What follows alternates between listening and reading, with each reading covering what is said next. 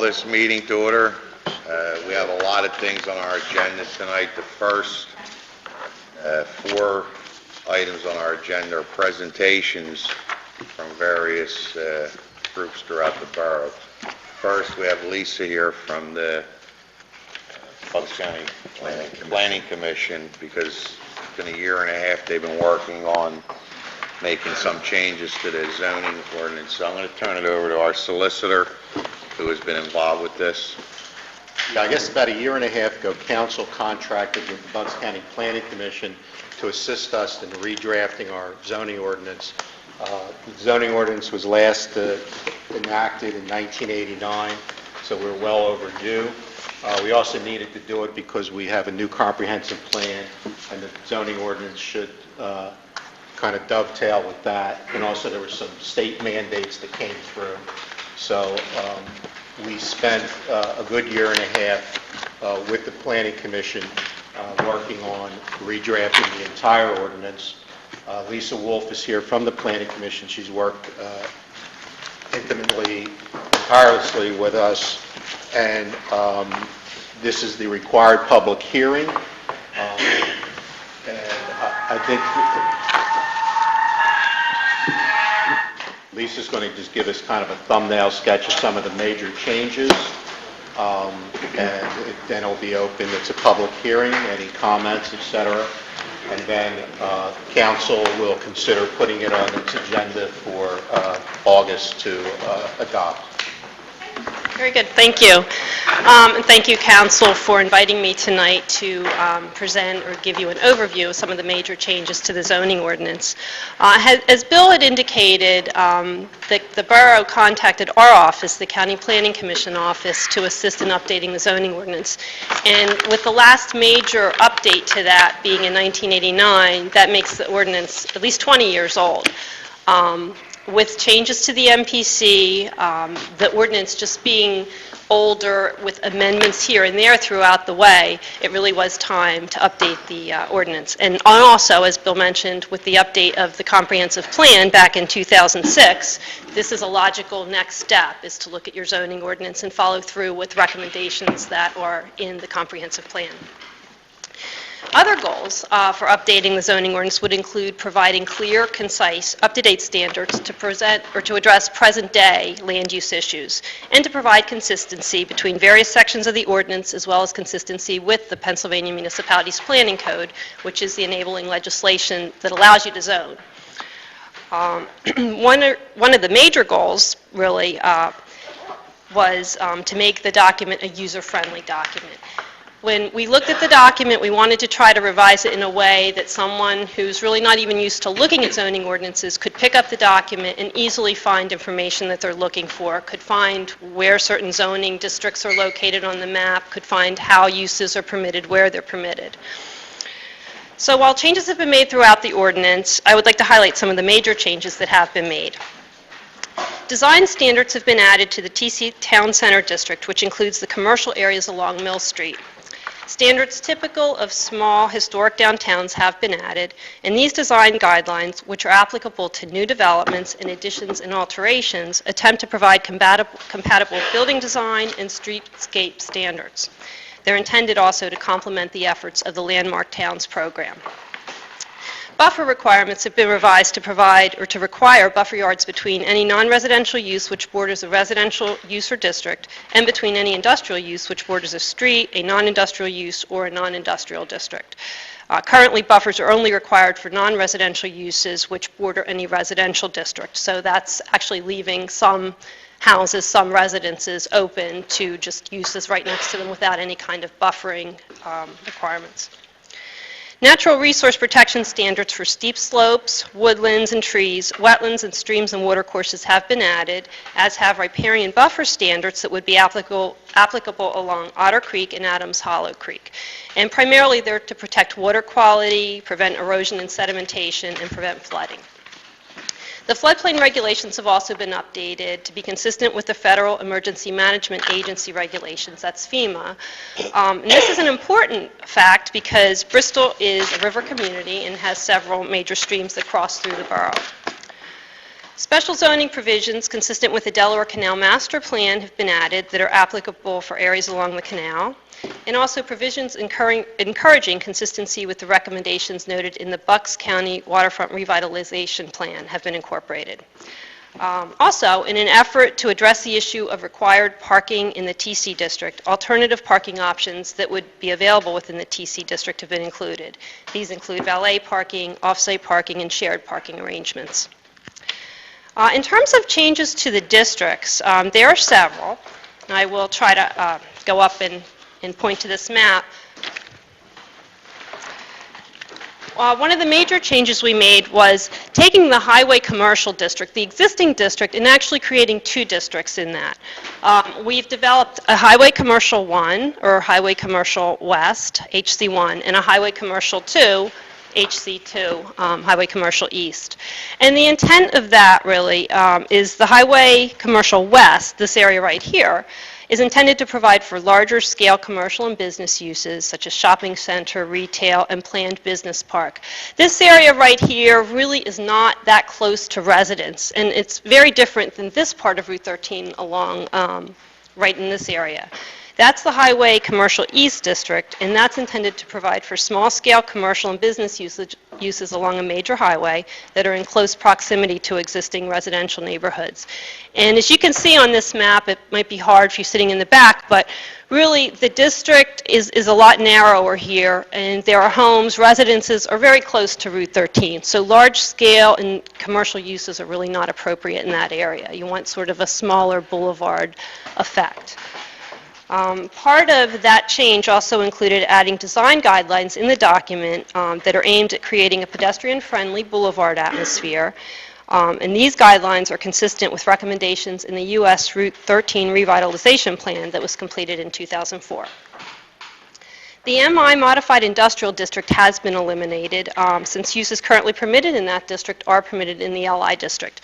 And that really affects this area right in here. These two areas are currently zoned MI. We would just rezone them to LI, and there's really not much that changes. The uses, the regulations are pretty much the same. Lands that are part of the borough's Spurline Park that are being rezoned to C conservation to be consistent with the use of the park, and that would be a lot of this linear area you see in here, the linear park that the borough's been creating along the old rail.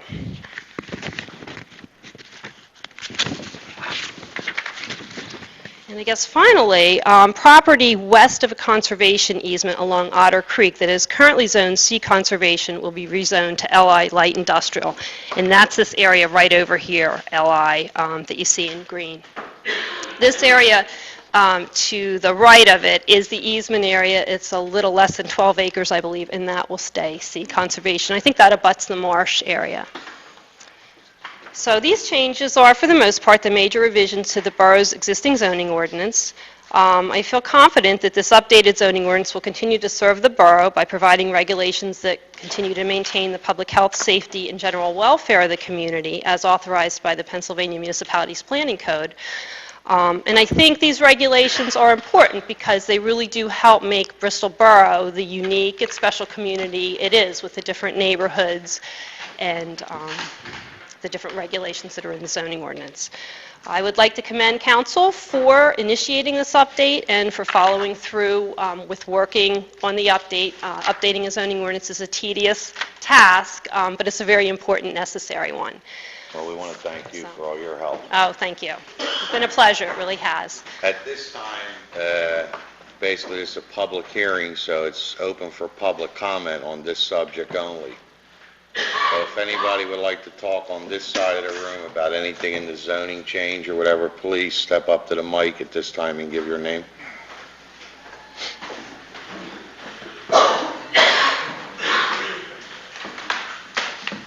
How you doing? Chris Chapman. I was just wondering, with some of these zoning changes, is it going to affect, I read somewhere that it's going to change the area of a front yard if you're building?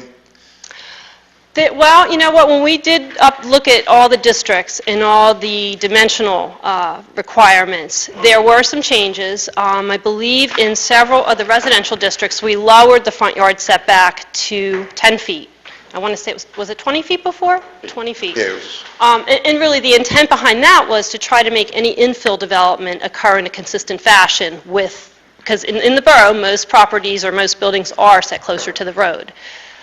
Larger front yard requirements, typically you see more in, outer lying areas, more suburban or country areas that'll require larger yards, but boroughs typically have buildings very close to the road.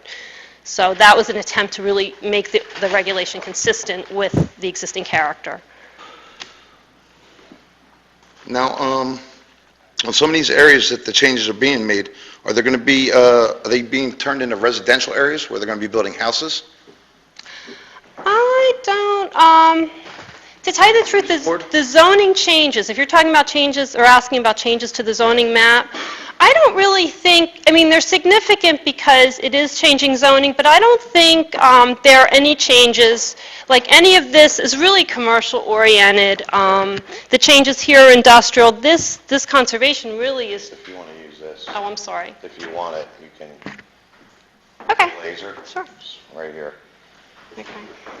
This area right here is really just to be consistent with the park, and this is to be consistent with the area, the use in that area near Roman Hawes, or I guess it is Roman Hawes land. So in terms of the zoning changes, it's not really creating more residential area or creating more of any new type of use area. It's just modifying the districts, to address, to allow the current land uses, basically. So nothing's being changed to a residential, like 1 or 2? I don't think there are any residential, there might be, within some of the zoning districts, there might be homes here or there, because that's typical. Sometimes homes are scattered throughout. There might be a couple residences, but they're already in an area that would be either commercial or industrial, so it's not really changing the content of an area, not turning, a housing area into an industrial area, nothing like that. Okay. And with the changes, that doesn't mean that if somebody does have a house, let's say, in this HC2, I don't think that happens, but if that were the case, that doesn't mean anything changes with them living there or their home. Nothing changes. That just means in the future, if the property's sold and somebody would want to develop it according to that district, those district regulations, they could. Okay, But so- that doesn't really change anything different from now, how it So is then now. if somebody wanted to develop an area in these changed areas, the frontage of the yards would actually be, they wouldn't have to be as big as what they are now, what's required now. Okay, well, Now, I that's believe not it's the 20 zoning feet. changes. If you're talking about the residential districts, and I can tell you what districts we changed.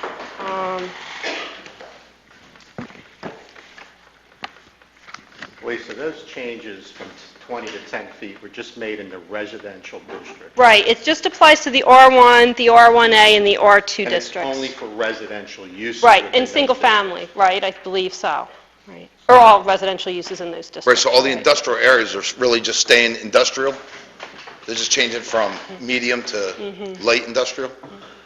Yeah, when we looked at the zoning ordinance and looked at the map, I think the borough had something like 4 different districts for industrial. Am I correct in that? The modified industrial turned out to really be a light industrial. Right, it was the same. And so we just eliminated it, and it's light industrial. None of the uses changed. It wasn't moderate, it was modified. It didn't make sense to have that, another district when you really didn't need it. And one more time, why are these changes being made? Why are the changes being Yeah, made? why You are they mean- being made? You mean the zoning changes or Right, just the yes. whole? Well, primarily to be consistent with the comprehensive plan that council had adopted in 2006, I believe it was. That plan does sort of analyze land use and offer recommendations. So the changes made in this document, as well as on the map, pretty much follow those recommendations. Changing the ordinance or updating this ordinance after 20 years, this will actually serve the borough much better than what you currently have. It sort of pulls things together, and it's much more concise and easier to use. Changes to the MPC, for instance, the MPC is the Municipalities Planning Code, the state enabling legislation, and some of the changes involve uses, for instance, forestry.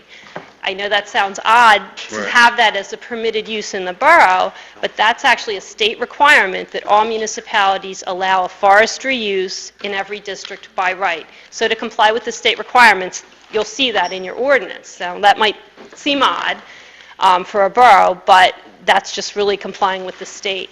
Another use that the state code requires is no impact home-based business, which is really just an accessory business somebody operates out of their home, without any extra employees. But it's just recognizing that a lot of people do work from home and operate, have home businesses. That's permitted in every district. But that's to address the state requirements. And this comprehensive plan, where can it be found? The borough's comprehensive plan, I'm sure the borough, there's copies here at the borough. Okay. The library, there's Grundy copies Library, here. sure. I would did be. look at the library, I couldn't find it at the library. Yeah. I actually have a copy with me if somebody would like to look at it. Yeah, I would, actually. Okay. More questions? That's it. Okay. Anybody else on this side of the room? Thank you. Anybody on this side of the room? Wait 1 second, sir. Anybody on this side of the room? Yes.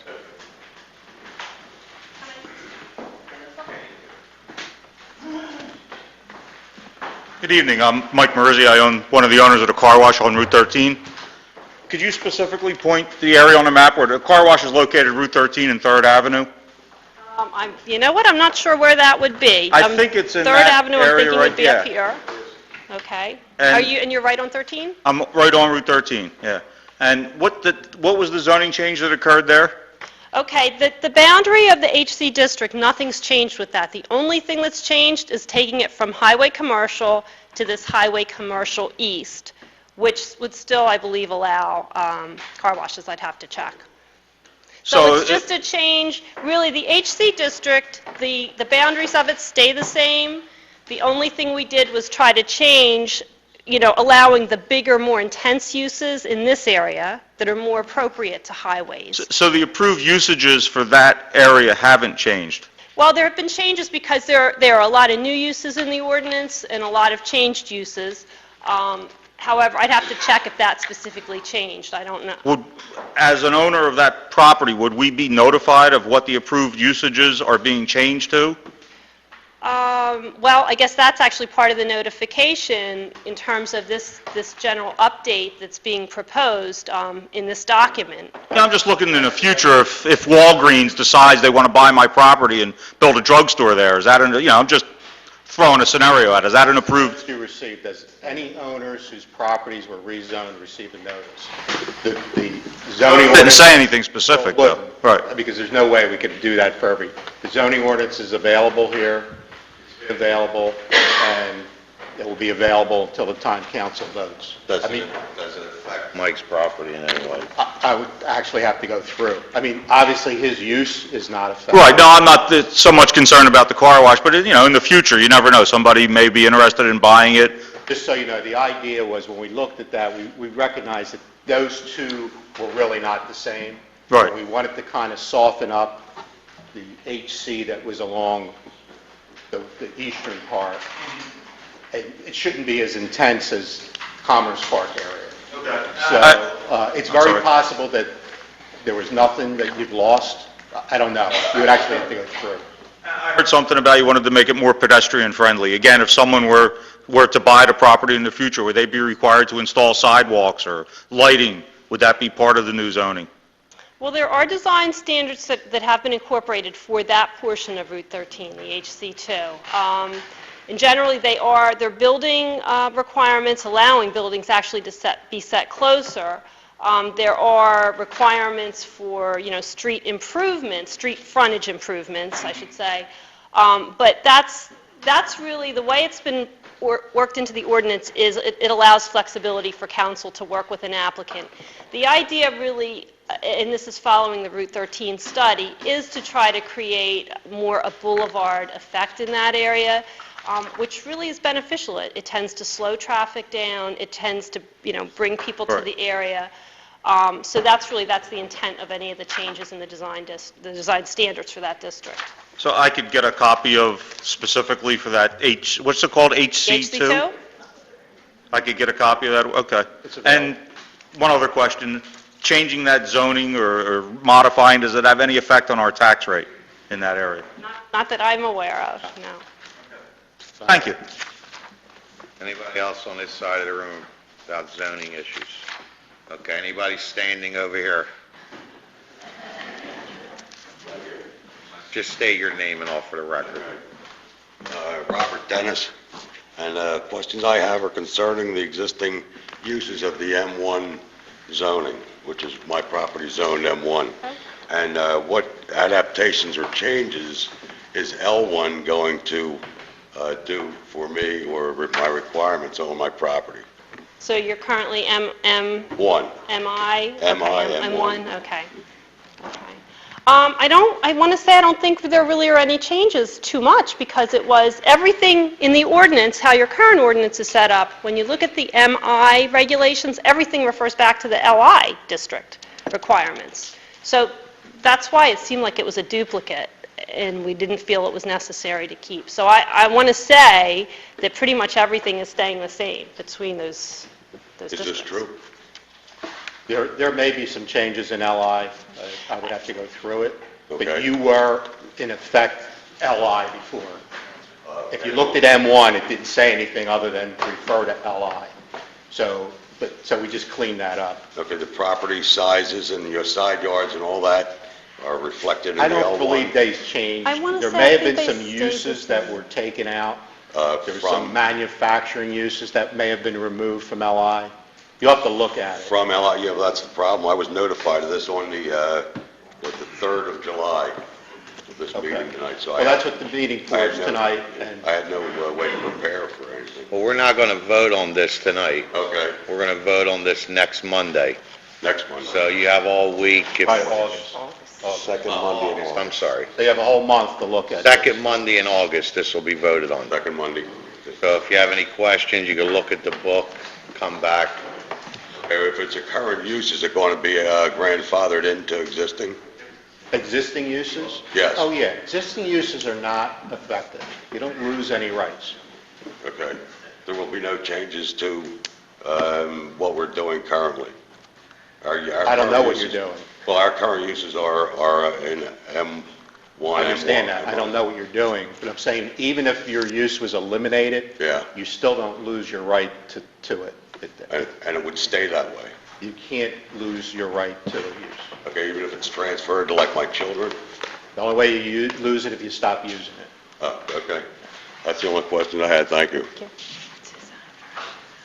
Anybody else out in the hallway that have any questions on this? Anybody else before we... Anybody else have any questions on this zoning in the public? Anybody from council? Ralph, a couple of things. I assume that the impact is not going to be on the residents of 200, on the, what's a 400 block of Second Avenue. Second Avenue is, We have a block of residential homes. okay, are you talking up in here? Where it's, It's between Third Avenue and the car wash. On the other side of 13. I'm not The block really, of Second Avenue, there's about, I don't know, 20 homes, 15, 20 homes. Yeah, but they're in R2. They're not in H6. That's going to remain R2. Right. Is there an R2? yeah, if you're talking about this area up here, that is the 13 to R2. Silver Lake. Yes. Yeah. The boundary lines did not change. Right. So it's That going to remain was, residential for the people that live there. yes, absolutely. I'm assuming that this is not going to create any non-conforming uses in the existing uses? In terms of the existing highway commercial district? Let me give an example. In the Western District, we have a strip center on Route 13. Okay. Now, is that considered small business or large business? Well, I think the way retail uses are actually defined, it's based on square footage. So there are actually different levels. There are 3 different size retail establishments, I think, and that was actually existing in the ordinance. Well, here's my concern. If we have a couple of empty stores there, somebody wants to rent them, a small retail operation, according to the Western District requirements, that's a larger business district, right? I think it would depend on the square footage if it was a retail use. You know, for instance, I think the bigger retail uses, such as a Walmart, those types of stores, they certainly wouldn't be permitted in that HC2, because we want the smaller retail. So A year from now, if somebody wants to rent a store in that strip center, are you going to say, well, this is for the larger businesses, or are you going to say, that, well, it conforms to the code? Oh, no, no. Yeah. It would, no, that wouldn't be a problem. We would never eliminate small businesses. We just say, We do it the other way. You won't be able to put a big business in the we're east trying to soften up the east side to make it more compatible with the residential uses in the boulevard that's coming in. I don't want to shoot ourselves in the foot on that strip center.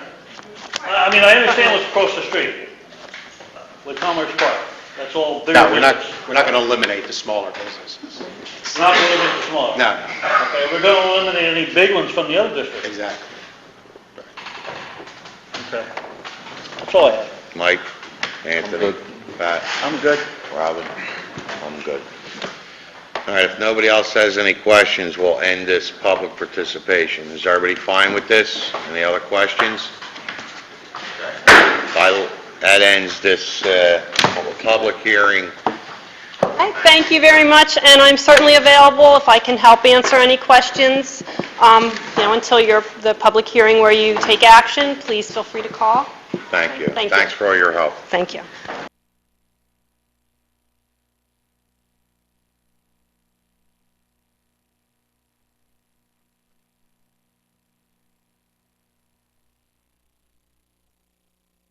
Please. Is Amy here from the theater? Amy?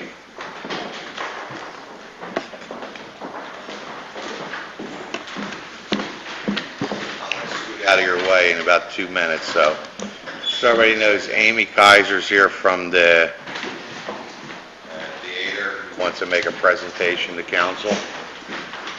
So, whenever you're ready. Okay, great, thank you. Thank you for giving me the time to speak today. As you said, my name is Amy Kasar. I'm the new managing director of the Bristol Riverside Theater. I have about a 10-minute presentation, and then I will take questions at the end. For the past 23 years, BRT has continuously provided high-caliber professional theater for Bristol Borough. Our mission is simple to remember: seriously entertaining theater for Bucks County. The company was founded, having technical difficulties, please. All right, we'll continue without it. The company was founded in 1986, and in the intervening years, we have produced over 100 works, and in the process have brought $31 million directly into local businesses, generated $7.8 million in tax revenue, and of course garnered 50 Barrymore nominations, premiered 21 plays and musicals, developed international touring and producing partnerships, and put 169 kids through our outrageous summer camp. It is my great privilege now to be at BRT, where this season we are presenting 5 plays that I'll talk about in just a moment. The season's going to be fun. These are fantastic plays. It's going to be really a great season. But before I present the season, I'm here today to ask for funding. Last year's council funding was critical to our ability to put 47 more kids through the outrageous summer camp, offer pay-what-you-can tickets to all Bristol Borough residents, and perform our shows for over 30,000 people. But more than all of those achievements, what you need to know is how your dollars, when contributed to BRT, can raise students' SAT scores, improve student discipline, bring communities together for civic dialogue, and generate the revenue that it takes to keep Bristol Borough businesses alive through this recession.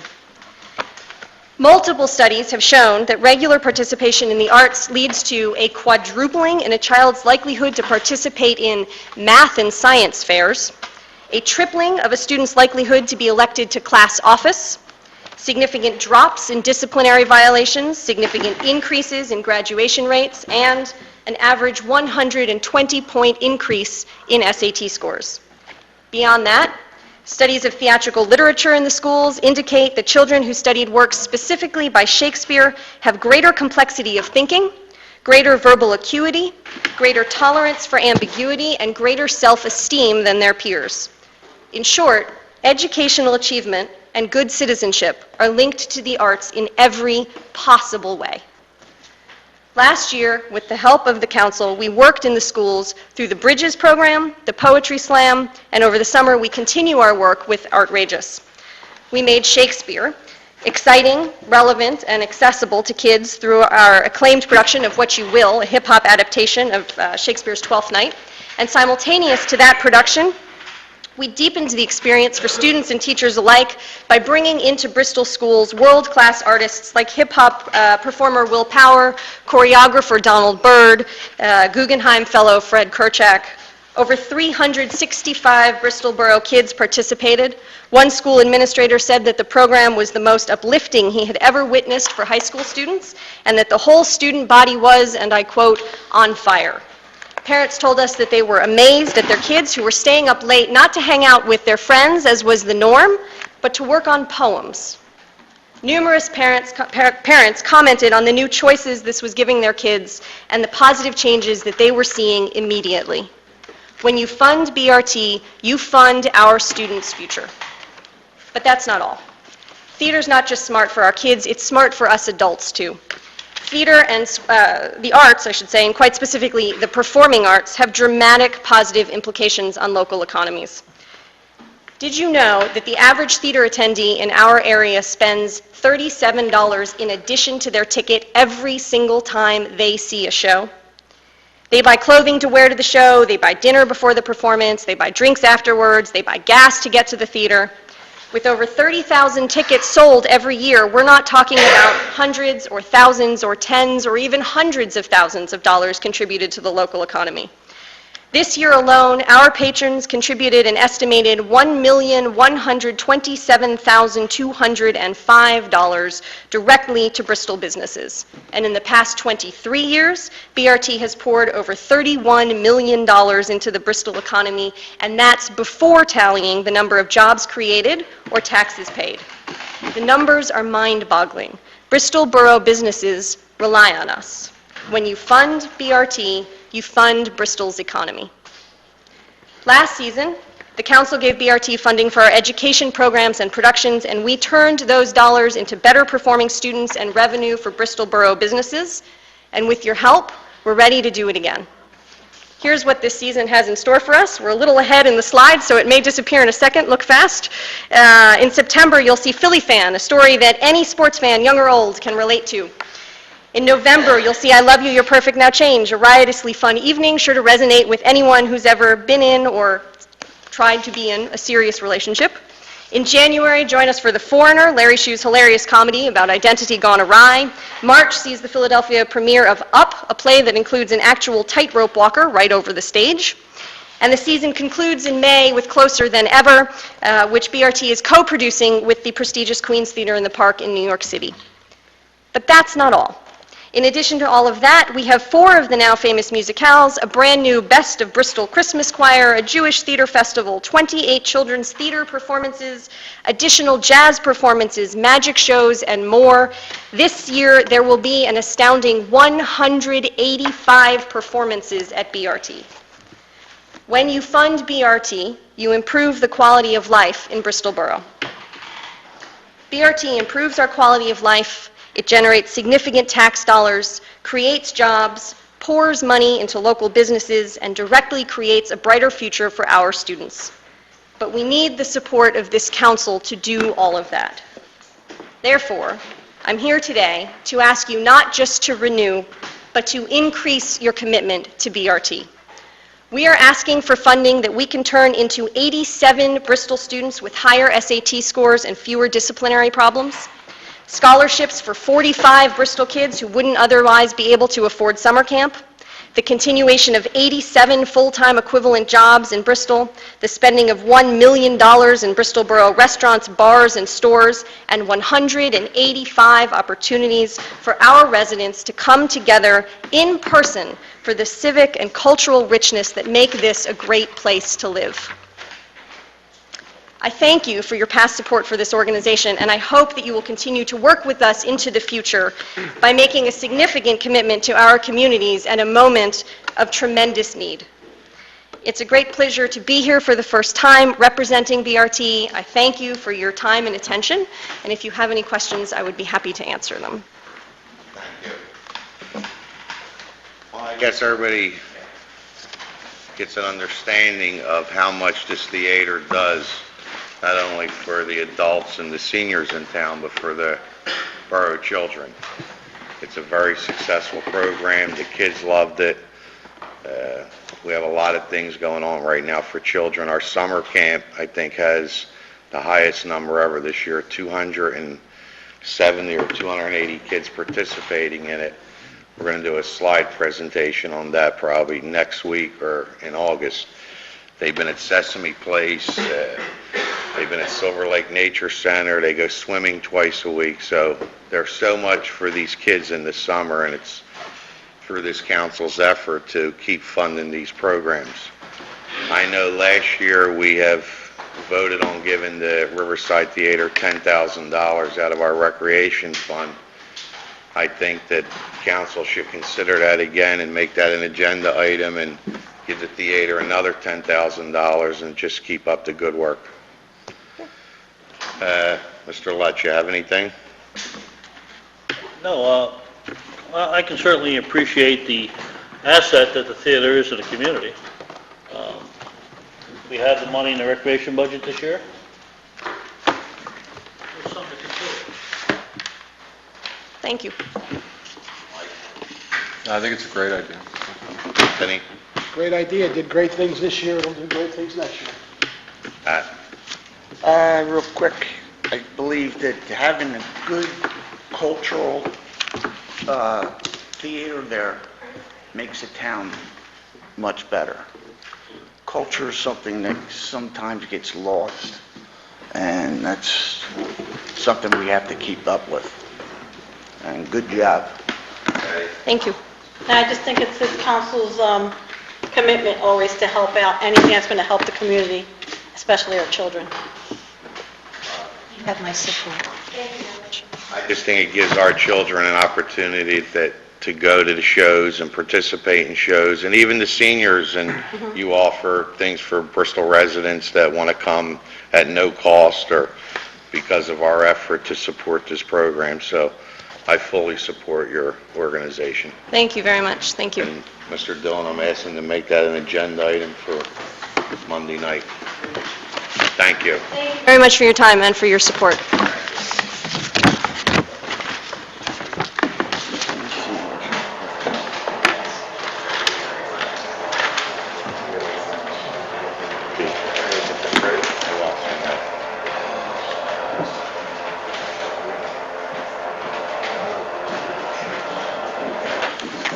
Let's get these done.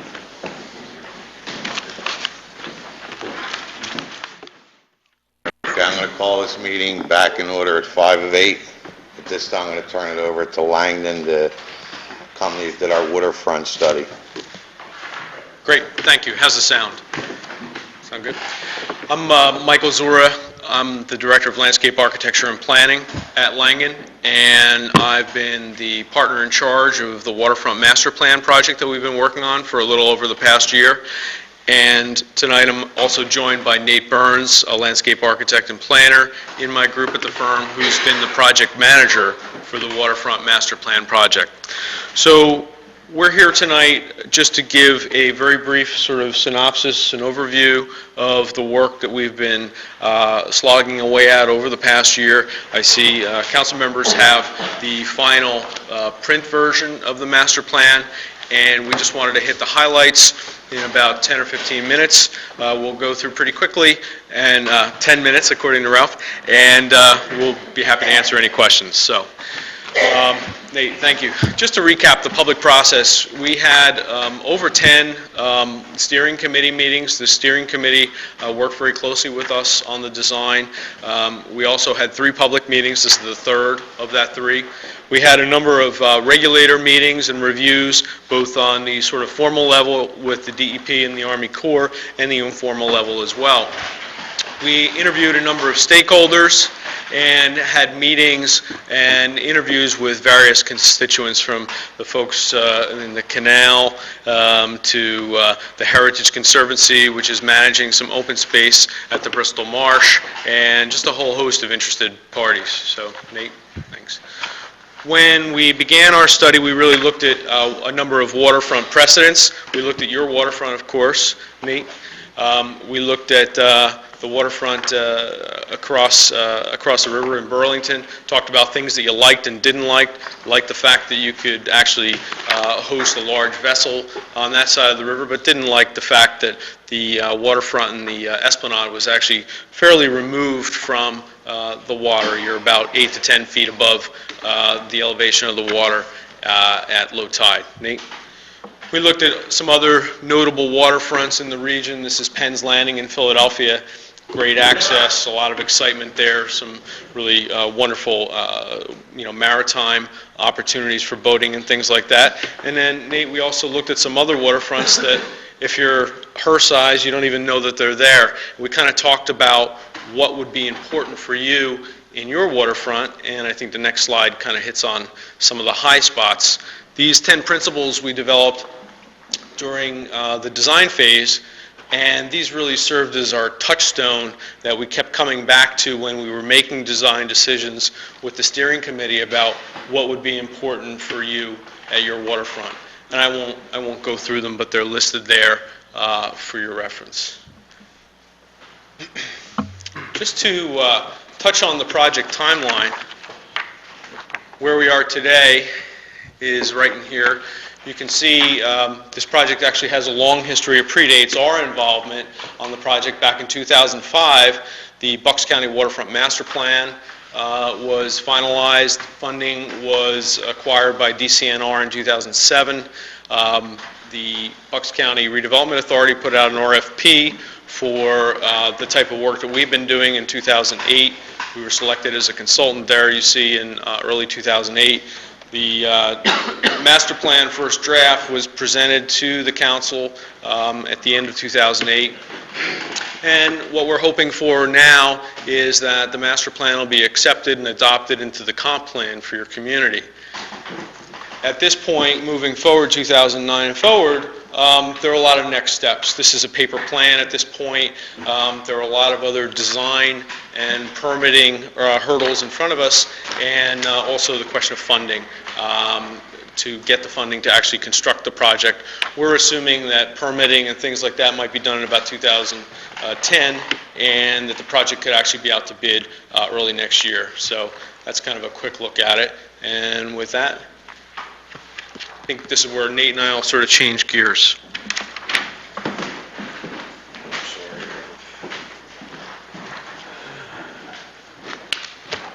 Do you have a card on you? In looking at the entire master plan, there was really kind of, although it covers all of Bristol's waterfront, there's really kind of two main focuses in terms of locations. But one of the primary goals of the master plan was to try to deal with some of the flooding issues and things like that that a lot of the borough residents are familiar with along the waterfront.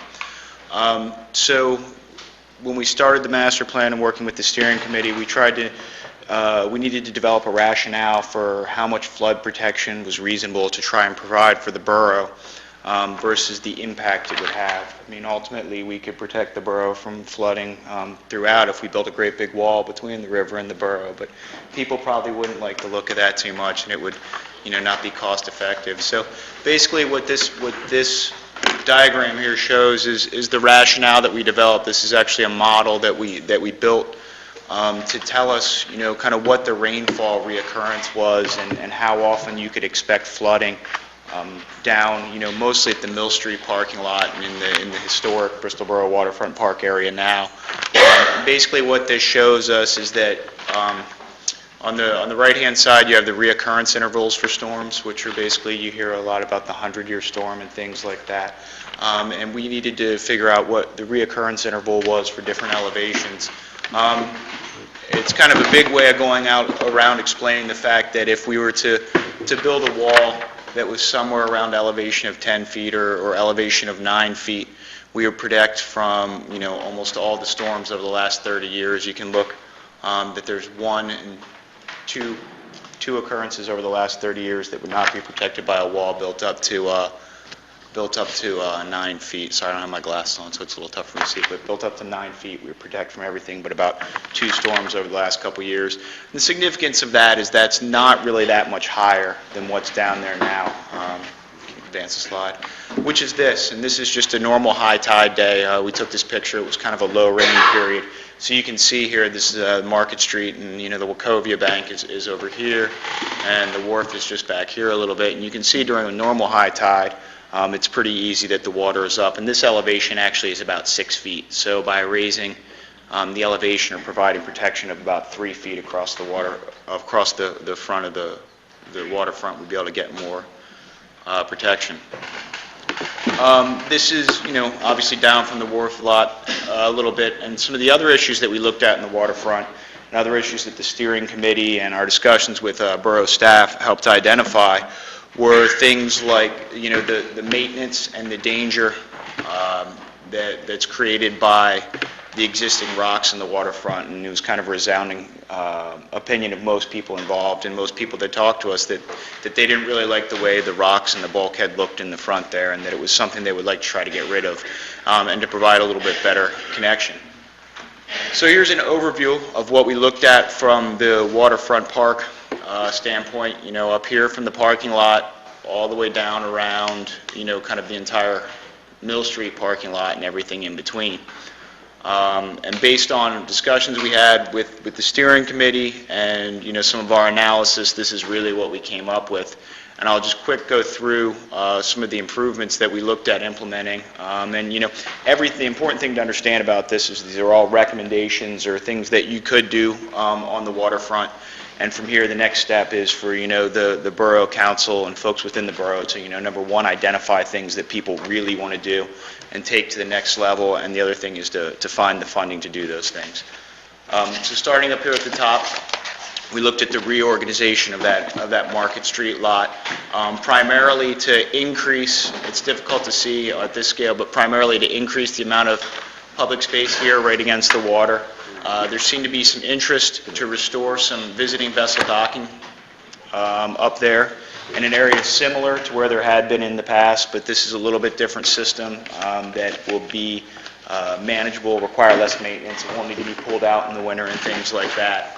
As we move downward, you'll see that this is the kind of current bulkhead at the end of Market Street, and this is the wharf here, and we actually were connecting those two straight across.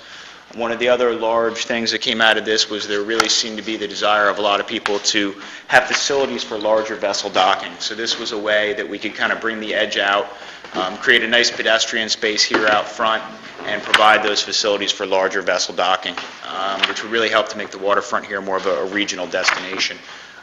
One of the other things that this plan takes into account is kind of walling in this area with a low kind of knee wall or seat wall so we could protect some of the existing vegetation up in here around the band shell and really kind of retain the character of the waterfront park.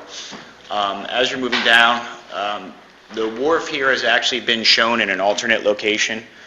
We did some studies to look and see what would happen if you moved the wharf backwards or forward and different things like that. And, a lot of the studies met with kind of varying degrees of support and reaction and things like that. But, it was just to look at the possibilities and, to kind of lay them out for the people of the borough to decide what would ultimately happen with that. So, as we move forward, down the river here, we removed the riprap and created some walls with a ramp that would, there's a pedestrian promenade here and a wall and a ramp that comes down to a natural beach, which would provide people safe access down to the beach.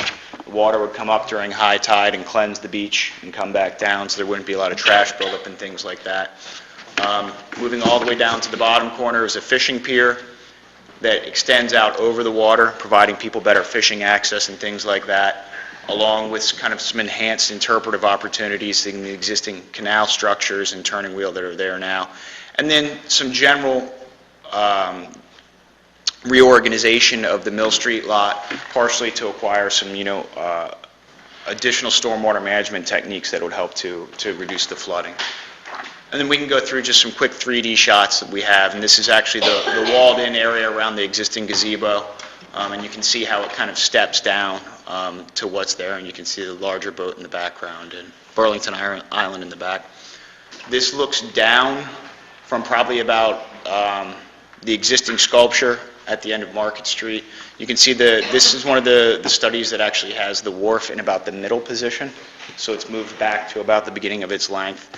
But in this was important for us to help look at and help the steering committee to look at the different ways that the location of the wharf really affected the waterfront.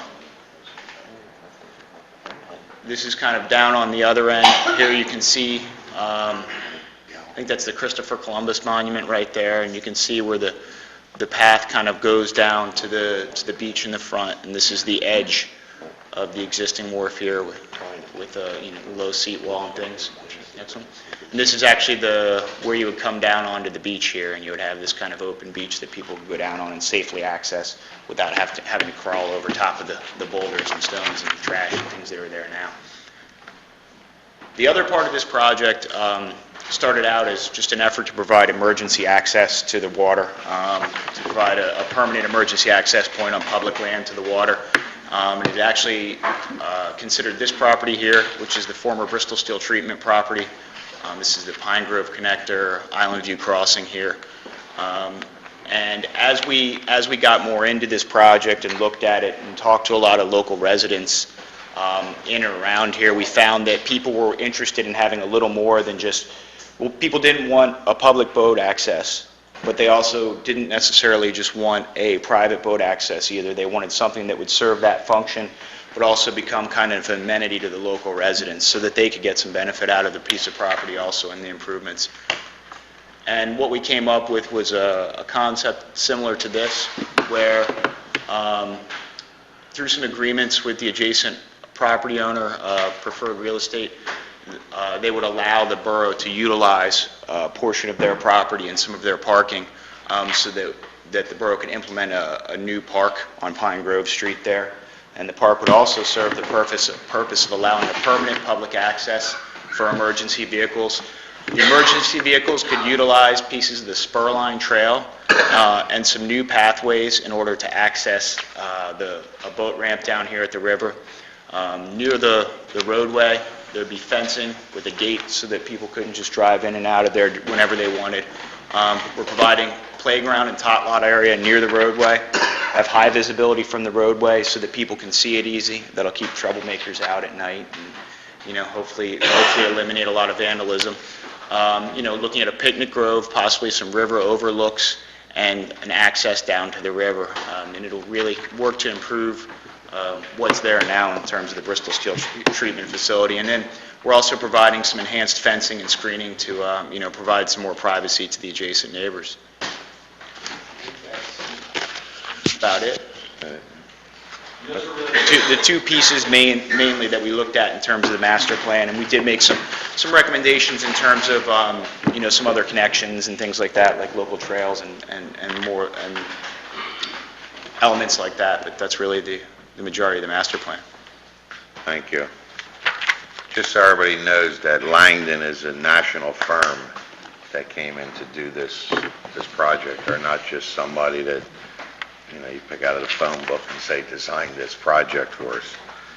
They're a highly rated company. I'll go through council. Jim, you have any questions about it? We've seen most of this prior to... Okay. My obvious concern is Pine Grove Street. I really don't have a problem with the rest of the plan. I'm not convinced that we need that boat ramp. We have one. We have the emergency river rescue access adjacent to the Anchor Yacht Club. We also have a 15, 20-foot roadway borough owns that maybe we ought to be developing that. But I'm going to refer for a minute to page 78 of your master plan. Do you have a copy of it? I do. Page 78.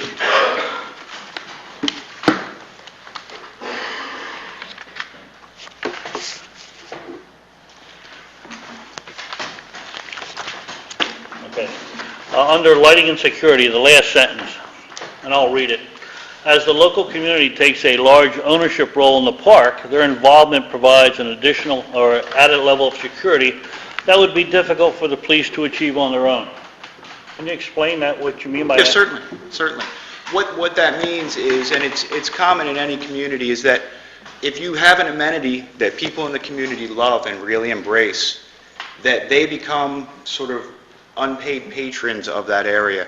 And if I live next to the park and I really enjoy sending my children to the park to play, if I see something going on there, because I'm always there because my house is nearby, I'm eyes on the street and I'll see what's going on there. My presence there will deter people from doing things wrong.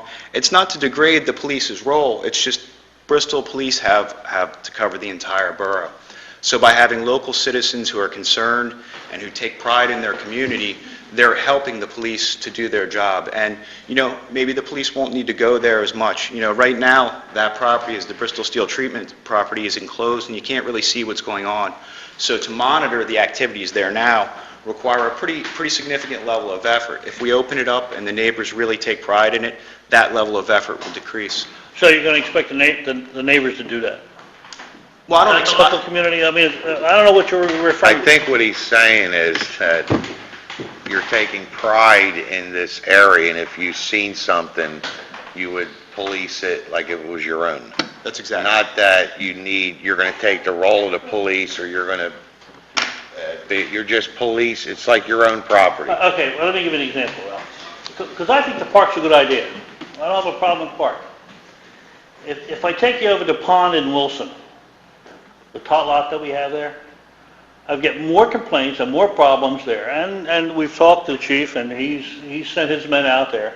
But the problems continue, and it doesn't continue with the neighborhood kids, it's the teenage kids that hang out there. I don't want another problem here, and that's my concern. And I don't know how to do that. Now, if you think neighbors are going to call the cops, that's all they're going to do. So if you're saying here, difficult for the police to achieve on their own, I'm lost. I think that statement just says anytime you have community involvement with the police where they're working together, I mean, I understand it's an enforcement problem, I but... didn't, it's not enforced. I don't know if you're expecting the neighbors to do it, or you want the borough to do it. They're going to take pride, and they're going to say, you're just going to take over. Is that what you're saying? Local community. I think... Ralph, I don't want another problem. It's that simple. I think no matter what we put in town, whether it's new lights, new parks, baseball, there's always kids or adults that are confused. It's just the nature of, there's graffiti, Well, we'll have to deal with that, because I'm not going to put up with Our it. theory is with these playgrounds is to light, and that's why I said at the last meeting, is when we're maintaining them, when George is going to go out, maybe we should add lighting on all the playgrounds. The more lights, the more visible. Well, we'll have to address that. My next concern is, you have an agreement, the borough has an agreement with Preferred Properties for parking on a portion of their lot. Are they going to grant us an easement? I mean, they could sell the property in 5 years. Are we going to have an easement for that? We already do. We already do? Yes. That's Part great. of the path, we have an easement. That's part of the path? It's part of the path that goes through the property. We have an easement that allows public parking in our parking lot. That's what I answered that question, that's fine. That's all I have. Mike? Just a couple of things. The wall you're talking about that goes down to the beach, what, the picture of it, what is that constructed of? What do you... The picture really, because it's a 3D model and it's difficult to model textures and things like that, the picture really doesn't do it very much justice. We had looked at a couple different options for that, but mostly kind of what we had thought of and what we had talked to the steering committee was, kind of a cultured stone, which would be, like large, cement blocks that are not, they're not cement surfaced. It looks smooth on there, and that definitely is a little deceptive. It looks more like natural stone surface. Sometimes they use them in some of the newer roadway projects. That's probably a bad example, because right away when you think of PennDOT, you don't necessarily always think of the nicest things. But they're kind of large, like 4 feet by like 3 feet high. rough surface cement blocks is what we had envisioned. But ultimately, these are conceptual designs. So if somebody, if it goes to the full design stage, the final finish there will be out to decide. I mean, you come up with a natural stone, you could do veneer, you could do a number of different things within there. But it certainly was not meant to look the way it did in that image, and I probably should have mentioned that as a smooth wall. And the area down at Pine Grove Street, are you talking about how does the grade go down to the water there? Right now, it's a drop. Well, I mean, in what you're proposing? Correct. And what we're proposing here, we did some grading studies to determine, to make sure that we could fit a boat ramp reasonably down there, because, obviously to put a boat ramp in that narrow lot is pretty difficult. I mean, you're talking about a pretty good grade change. And we can fit a boat ramp in, and off the top of my head, I think a boat ramp is 12% grade. So from the top down to the water, you can do a 12% grade into where we would need to be to get boats in at a pretty low tide without impacting any of the adjacent properties. And then from there, up along the rest is just kind of up to what the final design looks like there. The way we have it shown here is with some small walls possibly to create, variations in topography and provide a little bit more river buffer, but ultimately, the rest of it is kind of up to whatever the final design looks like. Okay, thanks. Anthony? Pat? Betty? Where do we anticipate getting the money? That is a good question. Are there grants out there that we're going to apply for? Yeah, or there are a number of grant resources that are available. We have not been involved in that part of it, but certainly could be helpful in that respect. Now that you have a package like this that puts together at a fairly sophisticated level what you want to accomplish, this kind of thing makes you much more marketable with the various agencies and other funding streams that are out there. So that's the next step. Well, I think it's a great plan, so thank you. Robin? No, I sit on the waterfront steering committee and have been involved with this since its inception, so I'm good, thank you. Yeah, just so everybody knows that this is, like you said, a paper plane. And unless the congressman or the state senator or whoever comes forward, we're only going to have a paper plane. I mean, we need to go out now and sell this plane and market the town and why we need this. And we've been successful in the past bringing in, $6-7 million worth of grants. I just don't know what money's out there for this, project, but hopefully there's money out there. If there's not, I mean, this plan will stay here until somebody comes up with something, but I feel confident that money will come in at least to get it started somewhere. Well, you're good at that. Yeah. So get us some money. Yeah. Ralph, one related question. Bill, you would know, the titles of the property, redevelopment authority, they're entitled? Pardon me? The redevelopment authority, Right. are they entitled? They own the property. To the Bristol Steel? No, that's been transferred to the borough, I believe. That litigation's been resolved. I know that. I believe it's- Who currently owns the Have property? title, I think it... We do? Yes. The borough? borough. Okay. Is the redevelopment authority going to assist us in clearing off the lot?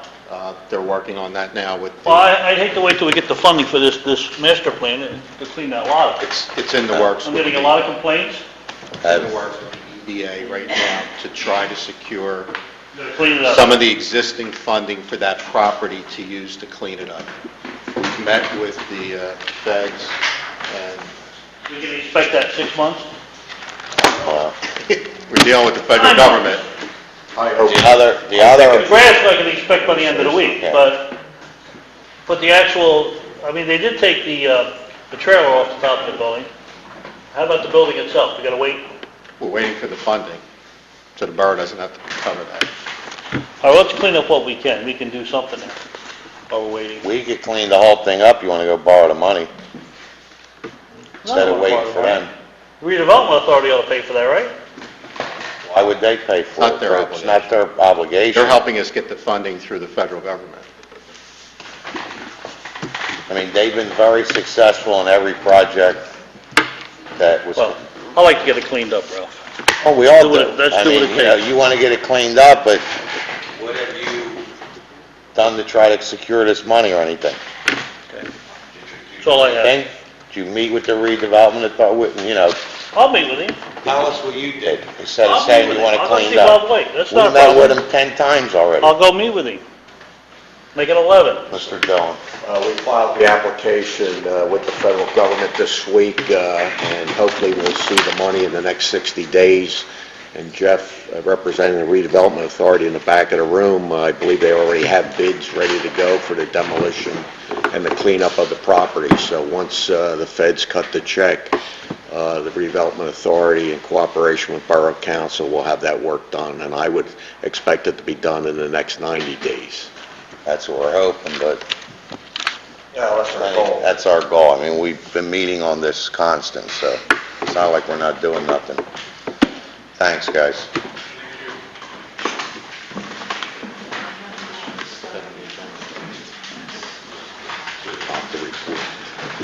Just for, You have our clicker, Nate?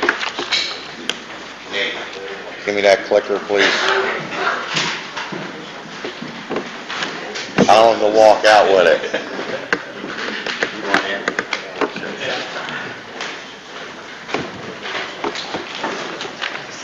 Go ahead. just for the record, our own planning commission has reviewed the historic Bristol Borough waterfront facilities master plan, and they have recommended that council adopt it. The state DCNR agency has reviewed it, and they're satisfied with the report. And also the Bucks County Planning Commission commends the redevelopment authority and Bristol Borough Council for their continuing efforts to guide the development and redevelopment of the Bristol waterfront through sound planning principles. So they endorse and recommend that council adopt the plan.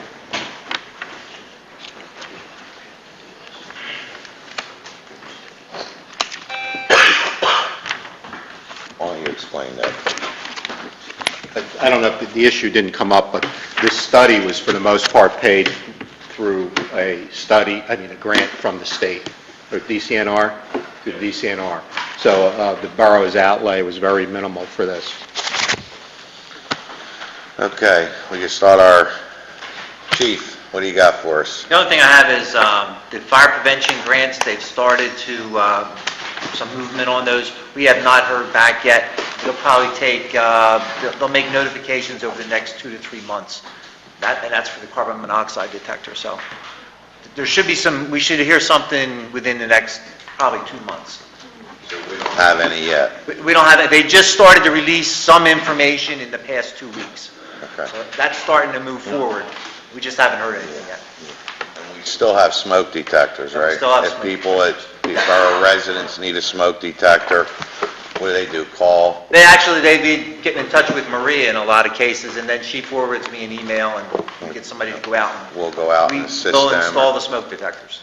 Okay, so if anybody at home needs one, Right. can't afford one, we'll go in and put it in for them Yes, at no cost. yes. Anybody have anything for Herbie? Thanks, Herb. Chief? On Monday night, I'd like to give some accommodations to our narcotics officers in recognition of the excellent work they've been doing over the past 9 months to a year. We do that at the beginning of the meeting. One of our officers, Bill Davis, just returned from extensive training for evidence collection. He'll be assisting Sergeant Moores whenever needed. I was asked to look at the intersection of Canal Street, where it dead ends into Jefferson Avenue. And relevant to whether or not we should put some stop signs there. I had our accident investigator, Pete Fate, go out, take a look. I also took a look. The problem at that location is as you're on Canal Street, and as you hit Jefferson Avenue, you come to a stop sign. The building to the left juts out a good, I'd say, 12 feet. So you have difficulty with the line of sight issue on the left-hand side as you look to the left. It was a recommendation that we try to have a trial period of a 3-way stop at that intersection and see how it goes. It would be dependent on where the signs and the pedestrian crosswalks are recommended from our engineer and from Officer Fate at the location. And I was asked to also look at one more location where Canals End Road feeds into the borough parking lot in the Lenny Monks. Again, there's a line of sight issue there. When vehicles coming out of the doctor's office, Dr. O'Brien's office, and the residential area down in that area. It appears as if, again, Officer Fate looks at that area, and it would serve probably that parking lot and that roadway if signs for limited parking or no parking on at least one side of the street or yellow lines created to allow for when people want to exit that parking lot, they do it in a more safe manner. And those are the only things I have. Okay, Jimmy, anything for the chief? Yes, Chief, I met with you about a month ago, right after the gym meeting, regarding a stop sign on Farragut Avenue. I asked you to take a look at it. Where are we at with it? Have you been able to do that? And Yes. my recommendation was, it's a safety issue. I thought we could move it back about 20 feet to make it in line with the other stop sign coming up Pond Street. That was given to Officer Fate. He said he has looked at it and he wants to continue to look at the design of how that was set up originally. So he'll come back with a recommendation on that. Okay, what do we have to do to move the stop sign? A vote of council? Need a recommendation from the chief. I think you should have the engineer look at it. I mean, I don't even know how all these stop signs were put in, and since I've been here 8 years, we never added a stop sign. So I don't know how they go in or how they get removed, but I guess the engineer should, do we leave this up just to an officer to say you need it or don't need it, and I mean,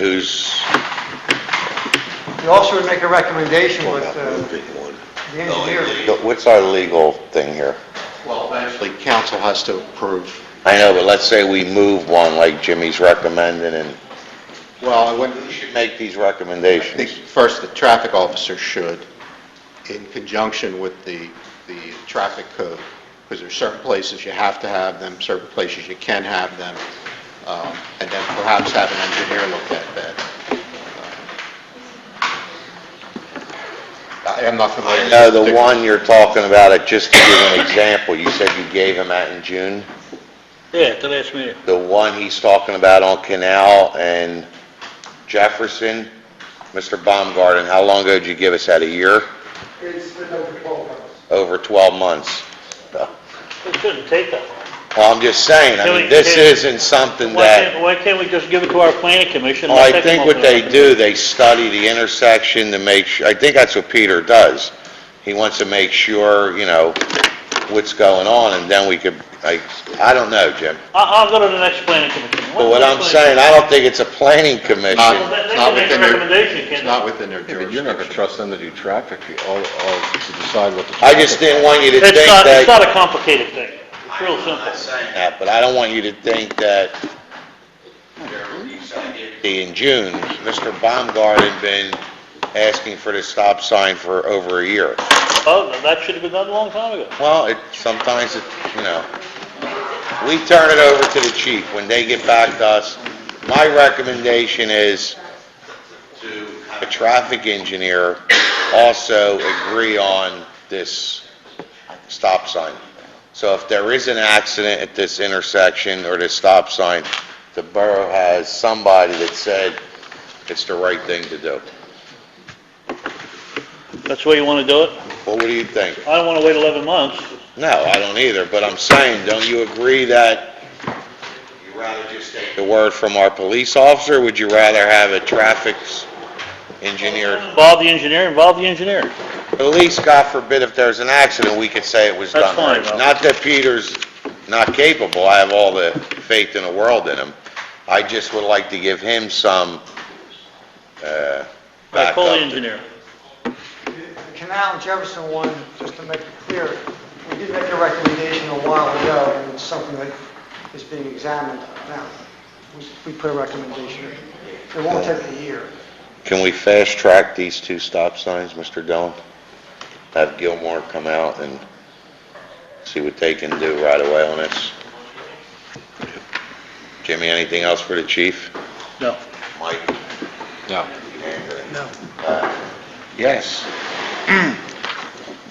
Very interested to get your opinion on the incident that happened on Spruce Street as soon as possible. There's people in the audience tonight that very hurt, very upset, including myself, and I would like to have answers as soon as possible. And I'd like to see a stepped-up police presence. Something we talked about before. Betty, you have anything? Robin? The only question I have, Chief, earlier, Mr. Lutz, that we're having a problem at Pond and that playground on Pond and Wilson. How many people contact you with that? Not that many. But the tot lots are on our list, on our Squad 5 list and Right. on our active, on the 4-12 shift. I mean, I don't know of any issues there, and I know there's Well, kids, older kids that come around at night. Speak to the borough crew that has to go over there and pick stuff up. Well, we do that all over, but I Tell don't them know, to you make you a list said, of the stuff they pick I'm up. saying residents are complaining to you, you said? Yes, positively. Positively. They're concerned about, it's not so much during the day, it's after, when the sun goes down and the little kids are home, Right, and they come out.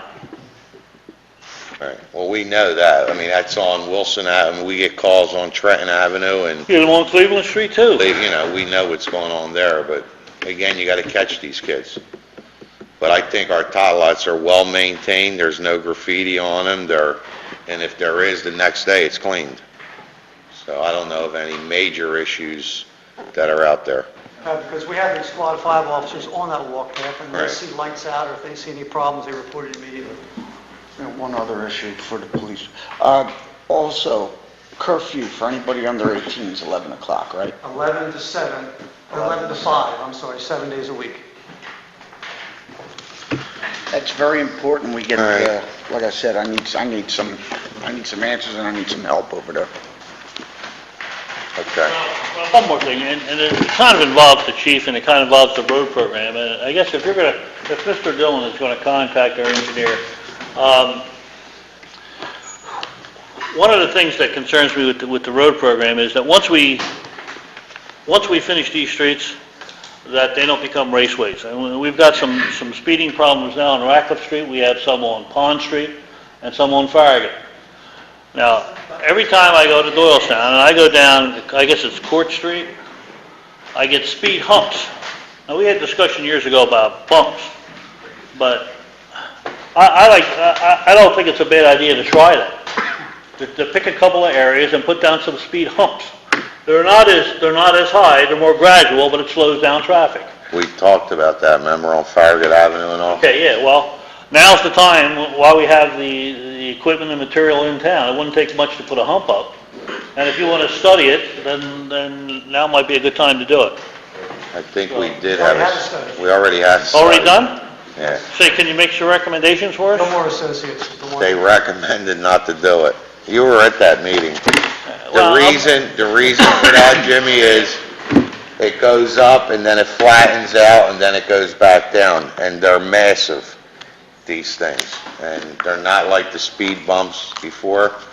And the reason for that is before, if you had a speed bump and a car hit them and veered off, God forbid it went on a sidewalk or crashed into somebody's house, the borough's basically liable because they put the speed bump in. How about the little ribs, like if you're on a turnpike? Pick you up. Yeah. That's not a, Ask Gilmore to look into the ribs. Oh, my God. we're gonna have a bigger problem with speeders, Ralph. Yeah. Yeah, we are. Potholes back, right? Let's put all the potholes back, we'll slow them down. Anybody else have anything for the chief? Okay, Arnie, thanks. John, just so I talked last month about some of the permits and how to reduce some fees and to try to get people more interested in doing some renovations. So I had several meetings with John and Sally in the borough the last month, and we came up with a list. I'm going to pass this list out to everybody. You got copies of it? John, you have your copy? Yes. Why don't you start explaining what we came up with? Right now, there's certain items because of the way the ordinance is written, the borough ordinance, that is a precursor to the Pennsylvania UCC. We're really down. It was pretty specific. There wasn't much you could let go in the way of permits. Since the state adopted the UCC code, we can actually ease up now on what's required and what's not required when it comes to building permits. I'm going to go over the things which basically don't require building permits. If the council wishes to adopt them, they can. Installation or replacement of an existing window, door, garage door, storm door, and storm window, provided that the original openings are not altered.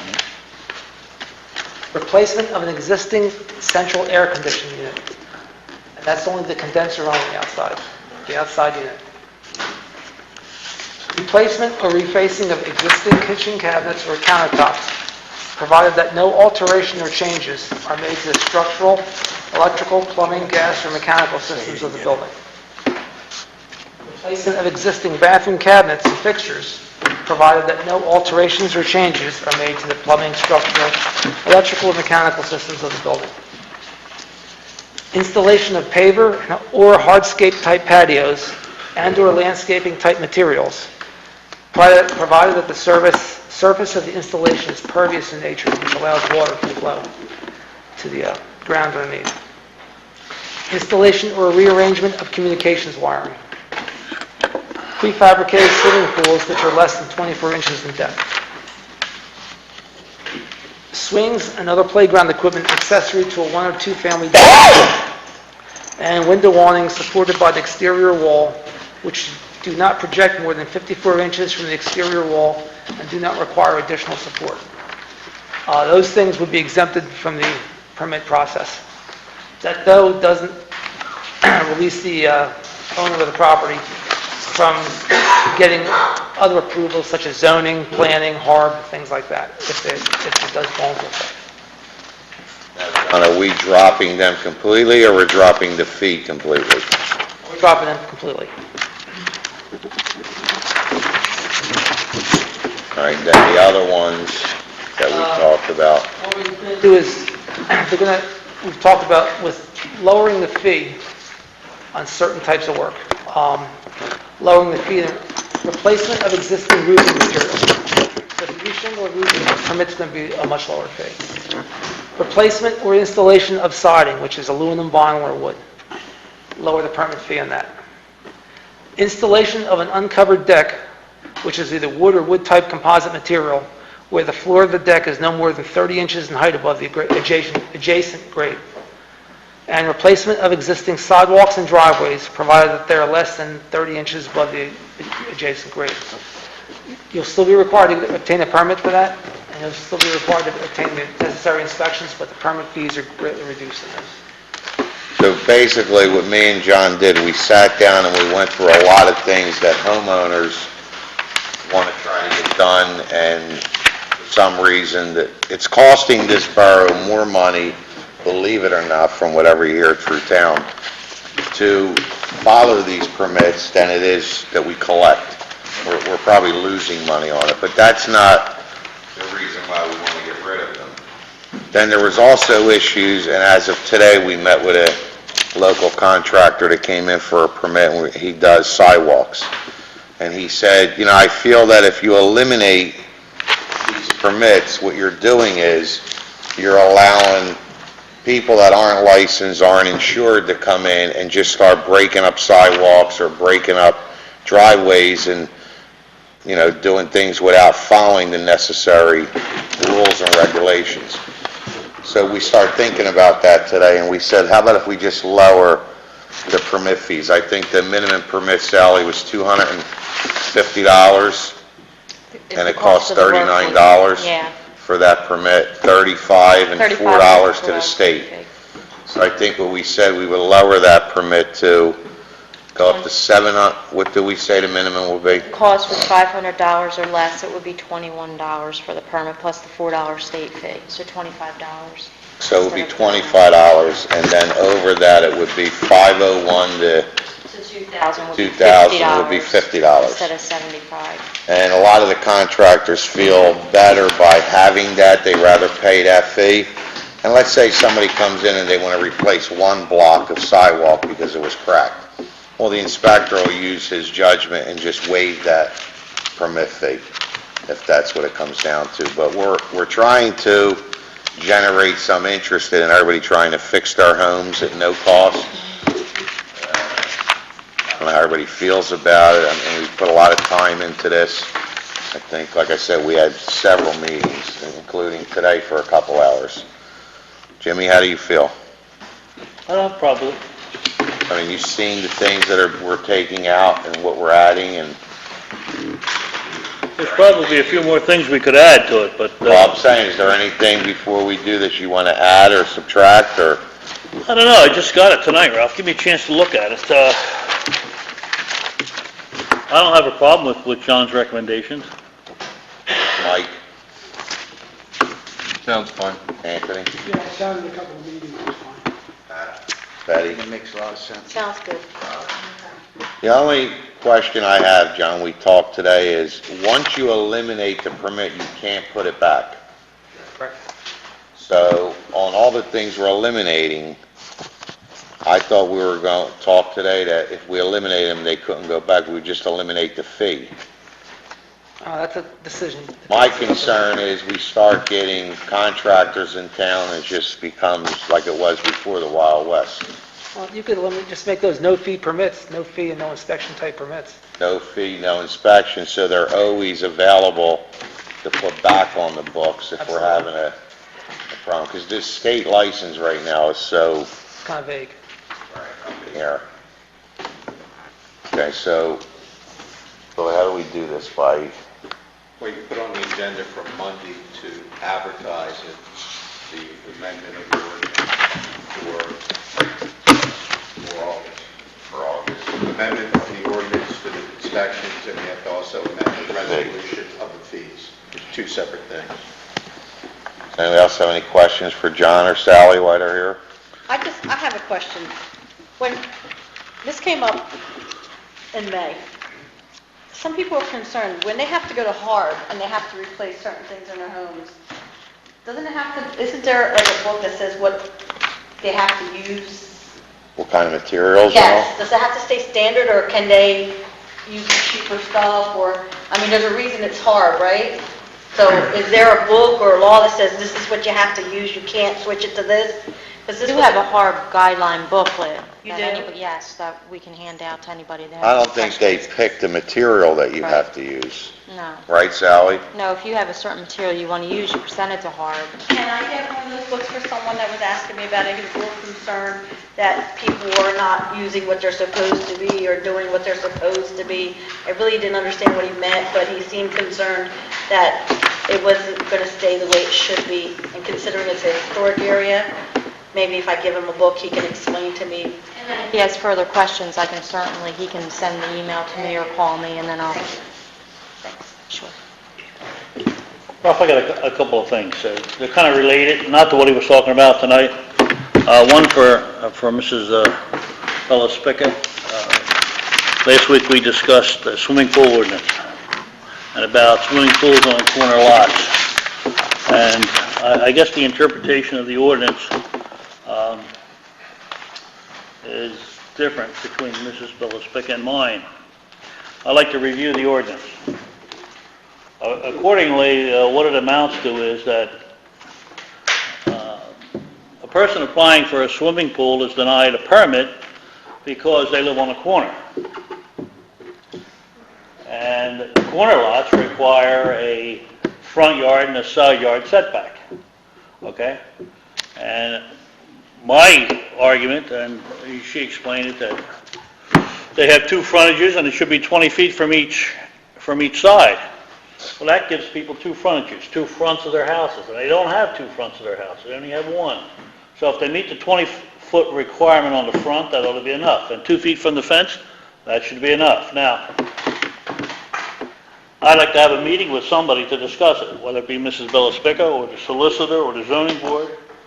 Okay, I'm not happy with the ordinance, I want another interpretation. Well, her interpretation is correct, I reviewed it. Is this correct? It's absolutely correct. Okay. It's two front yards, it's been in the ordinance for 40 years, and that section has served the borough very well over the years. The option the owner has is to convince council to change the ordinance, which is about a 3 or 4 month process, or to go to zoning and ask for a variance. People have gotten variances. Okay. But I think the zoning officer's interpretation is Correct? correct. That's fine, okay. Then I will submit a list to the manager tomorrow of 9 properties throughout the borough who have corner lots and swimming pools that don't conform to the ordinance.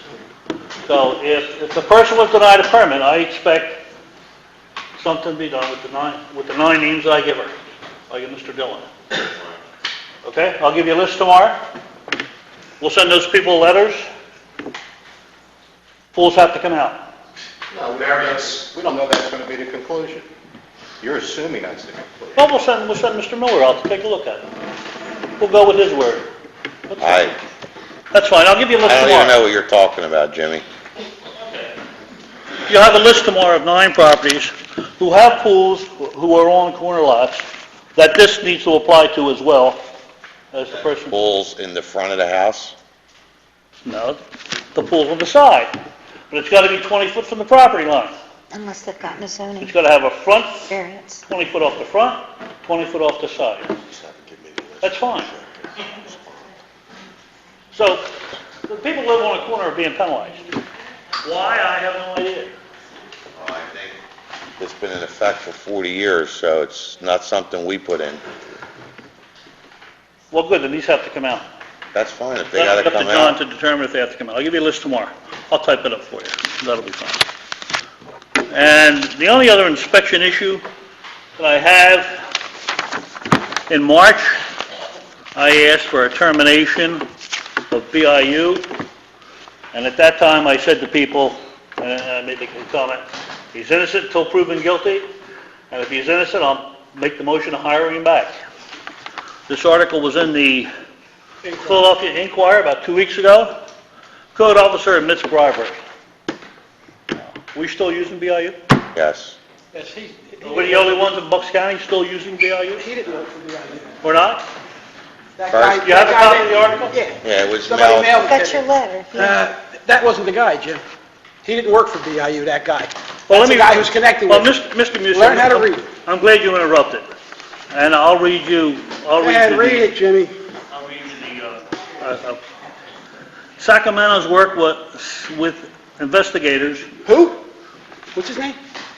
Sacramento, He doesn't work with BIU. worked with investigators, led the charges against Russell McLaughlin, who was president of the inspection company.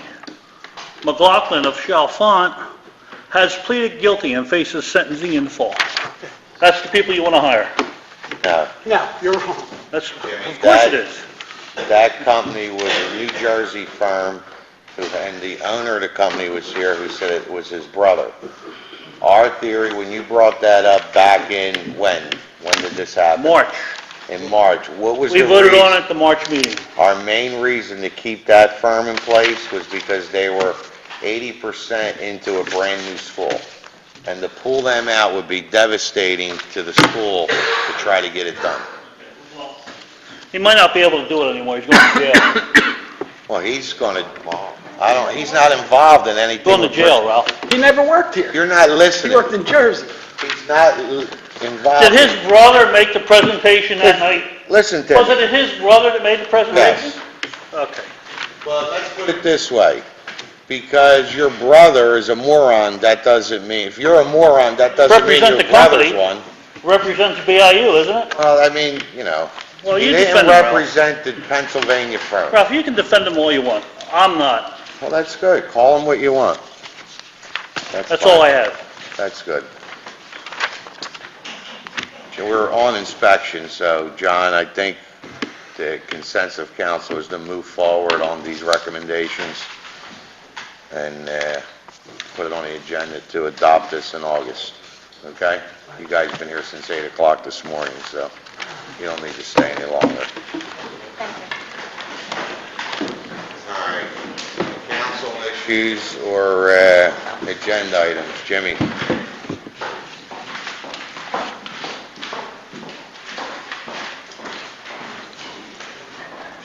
Yeah, I'm listening, Ralph. A lot of these things I have here, I covered.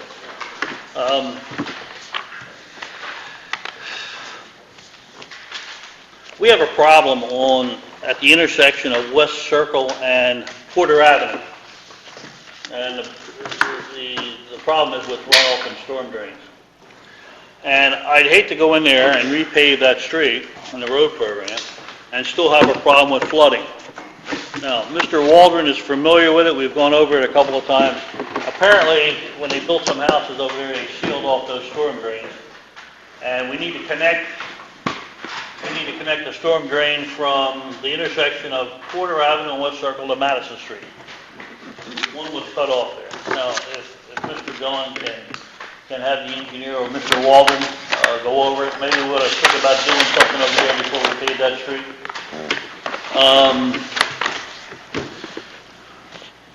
That's all I have right now, Farragut Avenue. And the bakery. It's a great time to pave the bakery parking lot with all the... Once the wall's done. Pardon me? Once the wall's done. It's on the wall. All right, just so everybody knows, I'm going to pass this out. These are the streets that the borough, I'm glad Mr. Lutz brought that up so I could come back into this. These are the streets that the borough voted on mill and overlay. And if you remember, there was phase 2 of this project. Phase 2 of the project was to do microsurfacing, and we were going to follow up. Well, we had some companies as far as New York give us some quotes over the phone, and we gave them square footage numbers. They dealt with our engineers, and it basically came anywhere from $3.50 to $4 a square foot to microsurface. And some of our roads, for example, if you took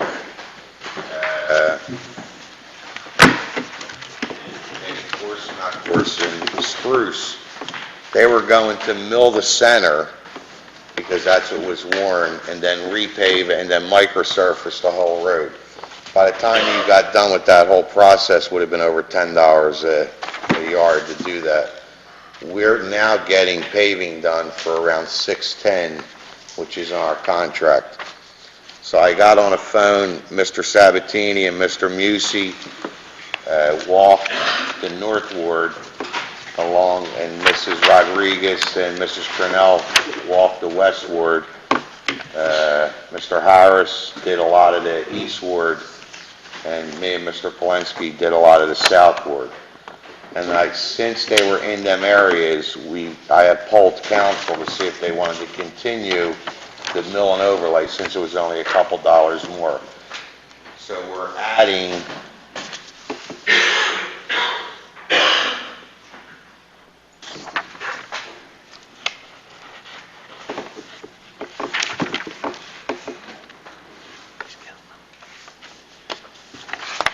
$36 more segments that we feel need to be done instead of doing phase 2, include it all in phase 1, since the number is so good. Wait, pass these out. And that's these that you gave us? No, that's what's being done now. That was the original plan. Okay. So basically, Phases, that way. by adding these streets and alleys to this program, we will complete, I think, close to 80% of our roads. And the roads that aren't on here really don't need to be done for at least 5 to 7 years. That's how we went out and approached this. The additional cost is probably about $450,000 to $500,000. to add the rest of these roads on, which will bring the total project right around $2 million. And that's what we talked about prior to this project started. In our contract, we have a factor that they have to hold their price up to 25% of the roads. They're willing to hold this price. The project's moving great. I personally believe by August they'll be done the entire town. They're almost out of the westward right now. All Buckley's been paved in that area. So I'm going to put on the agenda to add these streets and ratify what streets have already been done that we already gave the manager authorization to do and to accept this whole plan. Now, that doesn't mean in another week or so there may be a street or something that we missed when we get into that area, but again, the project's moving, it's working good, and there won't be a pothole left in Bristol by August. Mr. Lutz, I didn't contact you, you voted against this, but do you have anything that you want to add to this, or? Actually, I guess I do, Ralph. One of my arguments about the road program was curbs, Right. okay? Now, you repaved Garden Street between Beaver and Jefferson, and right across from the train station, there's a curb that's about 3 or 4 inches up. It looks like hell. Yeah. And if that's the quality of the work that you guys want to do, that's fine. But the question I have for you is, Mill Run, which has been closed now for quite a while, got their curbs done. Okay. Did they do that? What do you think did them? I'm asking the question. Why would we do a curb on private property? Why would they do a curb? They're not in the building. They're selling it. They were cited. They were cited. They've been cited for the last year. Oh, okay. So you didn't give them a choice. Is that it? We cited them to do their curb. That's fine. They had it done. Oh, There's fine. still an owner to that property. Pardon me? There's still an owner to that property. That's fine. So my only question, I think that if you had a solution to the curbs would have been one issue, but we're not going to get into that. I think people are thrilled right now that their roads are being paved. Mr. Harris. that's great. I mean, you can look at this. This is the list that we all, Yeah, I see a couple on there that I wanted on there. But the other thing is, I wrote the borough manager, I wrote you today about the water tower. I just want to contact the owners there and see if, I know they asked us if we were interested in putting some signage there. But the crime bar looks really good. Looks better than it has in probably 50 years. It'd be nice to put something up there as long as they're pretty reasonable about it. Mr. Muse, you have anything? Agenda items, Whatever. road work, a couple things. We're getting a lot of phone calls about doo-wop on the river. People are calling the Borough Hall, asking me. It'll be on September the 19th. The groups we'll have is the Destinations, Joel Katz and the Dynamics, Emil Scuccio and the Classics, Cleveland Still and the Dubs, and Charlie Thomas's Drifters. Could you sing that? I could. I choose not to, Mr. Harris. Also, there are really nice articles in papers about the marsh in Bristol. People are getting together, the Silver Lake Nature Center, the Heritage Conservatory. They're getting together and trying to keep the natural plants and flowers in that part of town. Mr. Dillon, there's a lot of help on that. So guess what? There are good things in the newspaper, just some of us don't get these sections. Thank you. Mr. Sabatini. Yes, on this, the new street segment, there is one thing I had brought up, and I don't see it on there, is the alley that's behind Second Avenue, from Warren Street out to, where's that road end at? Route 13. If you could look at that, I really could use Well, I know they're coming back to do that parking area, so we'll have them look at that. It's right there. It's right behind Second Avenue, runs right up to 13, and people would really like that done. And I think me and Anthony talked about that several times. That's it. Have them look at that. Betty? Yeah, it's good, it'd be Yeah, I good. just have some FYIs, just to let everybody know that on Friday, we're having Madagascar movie at the river. It's going to be really nice, free popcorn, free ice cream, free soda, free movie, provided by Bristol Borough Council. Some people are not aware of the things that this council does for the community as far as recreation. So another thing is, we do have our summer rec program, which started already. We have over 250 kids enrolled. Trips included are Trenton Thunder, they go swimming twice a week, Silver Lake Nature Center, Sesame Place, I'm going to Sesame Place. And, just to name a few. Puerto Rican Day Festival is July 26th. Anybody interested in volunteering can call me. The more volunteers, the better. And I wanted to know if Rory can let me know what our issues on the cats on Mulberry Street are, if we've taken care of the cats on Mulberry Street. Cats always seem to come my way. Also, two things about the alleys. Are we able to put speed bumps on alleys? Or is that, can't do that either, right? Not that I know of, I mean, I have someone complaining that people were just flying through alleys and they were requesting speed bumps, and I said I would ask. I'm not sure if we can. I know we were on the issue, but we didn't talk about alleys, we talked about the streets.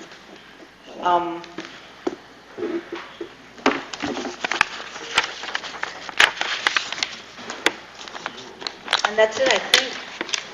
Oh, no, trash. When we get ready to do this contract, when are we supposed to renew the trash contract? January 1st, it goes into effect. Okay, we might want to see if anybody out there is interested in requesting this. I know we have a lot of problems when they collect the trash in the alleys. They're not collecting all the trash, or the neighbors are throwing it to the other neighbor's house because they don't want to be bothered. And if it doesn't get picked up, it sits there, and then it fills up with water, and then it gets nasty. I just think we need to have people come forward and tell us how they feel about this, because even though our alleys are going to be nice now, which some of them have been, we have a problem with people not caring what the alley looks like. Right? It's not us, it's people don't care what their I know. alleys look like. Basically, when we get done this road program, there will not be an alley or a street left in Bristol Borough that has a pothole or something in it. It's 100% corrected. Right, so it's really up to the people to take pride in their alleys. This is one of the biggest road programs ever taken place. All right, and just one more thing. I got this beautiful letter. It's made out to Elizabeth. I don't know who Elizabeth is. I've been Betty for 6 years. This community that cares so much about Bristol, if they ever want to come and meet with me face to face and ask me questions about what they like to send me in the mail, I'll be more than happy to answer. The Committee to Save Bristol. But just again, I'm not Elizabeth, I'm really Betty. And, I mean, it's okay to misspell Rodriguez, but it's Betty. So whenever they're, want to come and meet me, just let me know. You got that letter too, Betty? Yeah, First time I got one in 6 years, though. That's the same article. Well, yeah. That's it. Thank you. Robin? Anything? At next Monday's meeting, we're going to have our financial advisor here. He's on vacation to discuss the swap options, about asking council to consider passing a resolution to terminate the swaps. And we also, in May, we had the auditor from the Department of the Auditor General's Office audit the Bristol Borough pension funds for the period of January 1, 2006 through December 31st, 2008. It was about a 2-week audit. Following the extensive audit, there was an exit conference which our finance officer attended along with the borough solicitor and myself, and the audit confirmed that the borough was compliant with all laws, regulations, local ordinances, and policies that is applicable to the plan. The borough's non-uniform pension plan was compliant and had no findings, observations, or comments. The Bristol Borough Police Pension Plan had 3 findings that go back to 2000 and 2002 that have to be corrected, and that'll be done by an ordinance amendment. But other than that, the auditor did commend the borough for having all their records in order and correctly certifying the employees on the state AG 385 form. So I think they were very impressed with the record keeping of Angie, and I just want to pass that on to you. How often do they audit, Jim? Every 2 years they come in and audit. It's usually every 2 years they come in. In 2002, then? It was just something going back to an ordinance that they want corrected, and but there's been no findings since then. You know, they've been satisfied. We have 2 proclamations for 2 borough students who graduated recently from a local high school with tremendous honors. So that will be on your council. The parents will be here with the students. Let's see, I think that's about. We also have authorizing the advertising of the Knox box ordinance. The solicitor did meet with the fire chief, and I believe everything's been resolved, and a copy of the ordinance is in your packet. Consider accepting a land development time extension request from Roman Haas to August 31st. That will be on the agenda. It's requested to be on the agenda. And also, we have a proposed agreement from Bucks County and Otter Recycling Center relative to the purchasing, processing, and marketing of the recycling materials. This is an ongoing agreement that's usually considered every 5 years. It's how we dispose of the recyclables that are picked up by the trash company. So the county has passed the agreement out to all the municipalities, and it's requested that the council consider adopting the agreement. Also, we have a number of traffic signals, old controllers, et cetera, and some odds and ends down at the Public Works. I'd like council to authorize, put a list together and go out to bid and try to obtain some funds so we can dispose of some of this equipment down at the borough yard. So I'd like to proceed with that unless there's any objections. I think that's about it. Don't you have anything?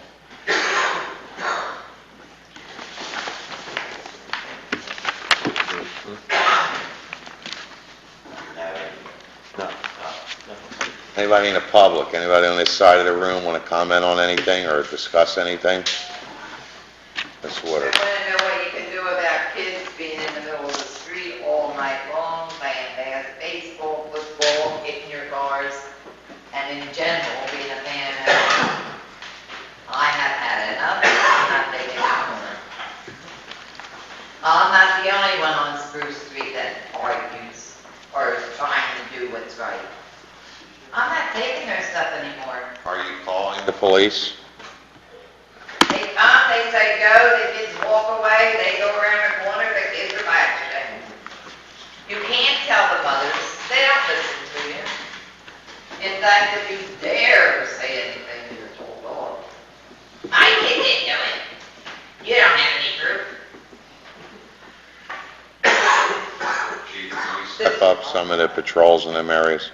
We've already discussed it with officers and with our Squad 5 supervisor. Drugs on our street. There's 4 of us from our street here. Drugs are there. We see it every day. Trash on our street.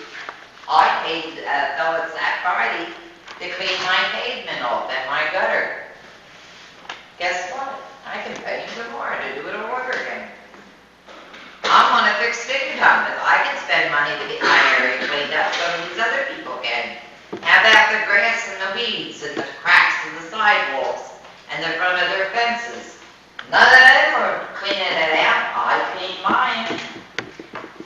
So how about doing something about that? Clean up that street and get the drunks and the druggies and the prostitutes off of it. I've been there 70 years and I'm tired. Jim, can you have Lori tomorrow? If I could buy Roundup for $10, I'm sure somebody else on that street can do it instead of spending their money on beer and drugs. We'll have our borough inspector out there tomorrow. I mean, it's a mess. One neighbor found a condom in his gutter. That's nice. He's got 2 young boys. But how do you, I mean, I understand your concerns and I sympathize with you, but, I mean, like you said, the cops come, they chase the kids, they do their job, 5 minutes later, they're back. I mean, it's not like we're not responding. They come, and it doesn't last long, the kids aren't afraid of it. Because mom will say, my kid didn't do that, he didn't do anything. They cuss you, they spit at you, they call you bitch. Well, Is this the mentality of kids now? I know I got a catty nine-tail when I was young. you're right. Well, we'll have the chief, Arnie, step up patrol, and the manager will have the inspectors out tomorrow. All right, and they can go up Spruce Street for the speeding too. They start at the middle of the street, they get in the middle of the street, and then if I kind of hit my house, they're doing 40, 45. I know how fast they're going because I drive too. It's a mess over there. Somebody better do something. That's all I got to say about it. Anybody else on this side of the room would like to speak on anything? Anybody on this side of the room? Start in the front row. Ellen? I guess I have to give my name, huh? My name's Ellen Callahan. I live on Buckley Street, and my street got paved today. Yep. I never knew I liked McAdams so much. Anyway, I really want to thank Borough Council, particularly Mr. Musi and Mr. Sabatini, my councilman, and Betty, who goes up and down and hates potholes as much as I do. I don't think I've ever seen the street paved like this, and I'm not going to tell you how old I am, but you and I, same year. And it's just really great. It's nice to be first. 20, 30 years ago, I'd be here, and we had one councilman who tried to fight for us, and the PAC just made a jackass out of the man every week. And now things have changed. We got nothing. Everything was Harriman and Rackle Street and whatnot. We got nothing. Well, guess what? Today we were first, and I like being first. Thanks, guys. Yes, sir. Hi, my name is Ronald Smith. I'd like to touch on something that Mr. Sabatini said and Mrs. Wooders. Okay, yes, the kids are disrespectful. I've been here, I'll tell my age. I've been born and raised in Bristol for 49 years. I've known Chief Porter, Officer Dominic for a long time. I have no problem with them. The way my thing is with Spruce Street is, the reason why the kids are the way they are is the way the officers talk to them. I've had an officer bus pit in my house, my mother's house, to get my daughter, which was a mistake. It was a different Brittany Smith. But he pushed my mother aside to get in the house. She's telling him her father's on his way. He didn't wait. He pushed her to the gate, through the house, to grab her out. 2 weeks ago, there was an incident on Pine Street with Freudian kids. Now, I told my son, if you see trouble coming, go the other way. He did that. So when the officers came to Spruce Street, they went to the next door neighbor's house and pulled a gentleman who doesn't come out of his house, a grown man, told him, you fit the description of the person we're looking for. They snatched him and tried to pull him out of his house. And we're all standing there watching him. And you're a female officer. Every time she comes to our street, she has her taser out on. So this day, I'm standing there, just not saying who I am. So when my son comes to the neighbor's house, he goes, yeah, you come here. I said, Ronnie, come here, don't get involved in it. One of your officers snatches my 17-year-old son, throws him to the car. My son is trying to come to me like I told him to, but your officer's snatching him. So when he's resisting, your female officer gets ready to tase him. So I step in between and say, you're not going to tase my son. So then, your officer, Justin, the young guy, says, Mr. Smith, can you bring your son to the police station? I said, I surely would. I went in the house, got my shoes, brought my son to the police station. And guess what? He wasn't involved in it. Here it is, kids from Croydon and some other kids from Pine Street. Okay? Now, another factor. I'm 49 years old. Your officers come to me like we have a problem in the street. They talk, they say what they want to say to you, but if you say something back to them, as a grown-up, they want to tase you or arrest you. That's not right. I lived here my whole life. You know me, I haven't been in trouble. I'm not a criminal. I'm not a drug dealer. I'm not a drug addict. So just because I live on Spruce Street, I got to be treated, labeled as one of them? Like I said, I never had a problem with you. I never had a problem with Dominic. I never had a problem with your brother, Bill Lutz. And we've talked about that here many times. It's like, why should I get disrespected or my kids disrespected? My daughter's been told she's a piece of shit by one of your officers. But if I say something back, I'm told, get the hell in the house or you're going to be arrested. So in other words, they can say what they want to say, but we can't say nothing back as being taxpayers of this town. It's not right. I was taught if you give respect, you get respect. So if they're not respecting me, how can I respect them? You understand what I'm saying? It's getting out of the hand. And like I said, but the kids, the drug dealers, yeah. But there's drugs all through Bristol. Like I said, you can't expect these young kids to respect these officers who talk smack to them first. The kids today ain't like we were coming up. They're a whole different generation. They're high-strung. And if I gotta teach my kids to respect people, like my mother taught me to, respect your elders. But how can they respect their elders if the officers are not carrying themselves as respectable officers? Like Justin, he rolled his windows down. He's not afraid. Your other officers fly down our streets, like she said, speeding down the street. It's just not the pedestrians. Your officers, when they're not on call, they fly down our street. I have a 2-year-old son who plays out there on his scooter. I have 2 7-year-old twins who ride up and down the street on their bikes and in the back alleyways. See what I'm saying? It's not right that we have to, like I said, if we speak up, we get tasered or we get arrested, but they can say what they want to say to us. We can't, we're grown-ups. Just like they're grown-ups. They're paid to do a job. Oh, what? To protect and serve. So he protect me and serve me. You see? And then, like I said, when my vehicle was broken into, you know what I was told? Oh, you're never going to find out who did it. 2 days later, me and my brother found out who broke into my vehicle and stole my stuff. But he said, what do you want to do, a fingerprint? And here it was, a criminal who had a record. So if you would have fingerprinted my van, you would have found the person who broke into my van. You see what I'm saying? I'm just kidding. I'm like, everybody's saying that the kids. It's not just the kids. Like I said, I seen a man get tasered last night who don't bother nobody, who never comes out of his house. And she tasered, we watched her tase him up on his porch in front of his door for no reason. And that's why the street went crazy. Just getting, and like I said, it's getting out of hand. Every time she comes to our street, she has her taser out on. No matter what it is, you could be sitting there, nobody could be fighting. You could just be arguing, nobody's around her. She has it on. That gives people the wrong idea. You know what I mean? A lot of you, if you're afraid, you shouldn't be a police officer. That's my point of view. You shouldn't be a police officer. And a lot of your officers are disrespectful. My mother was in Wawa on Farragut Avenue. She's 65 years old. She's had 2 strokes. Recently, she had congenital heart failure. She's at the ATM machine, and one of your officers told her, could you please hurry up? Because she was trying to get her, she has a hard time putting everything in the ATM machine. Now see, me as being a gentleman, I didn't say nothing to him, because if I said something to him, I'd be in trouble. His word against mine.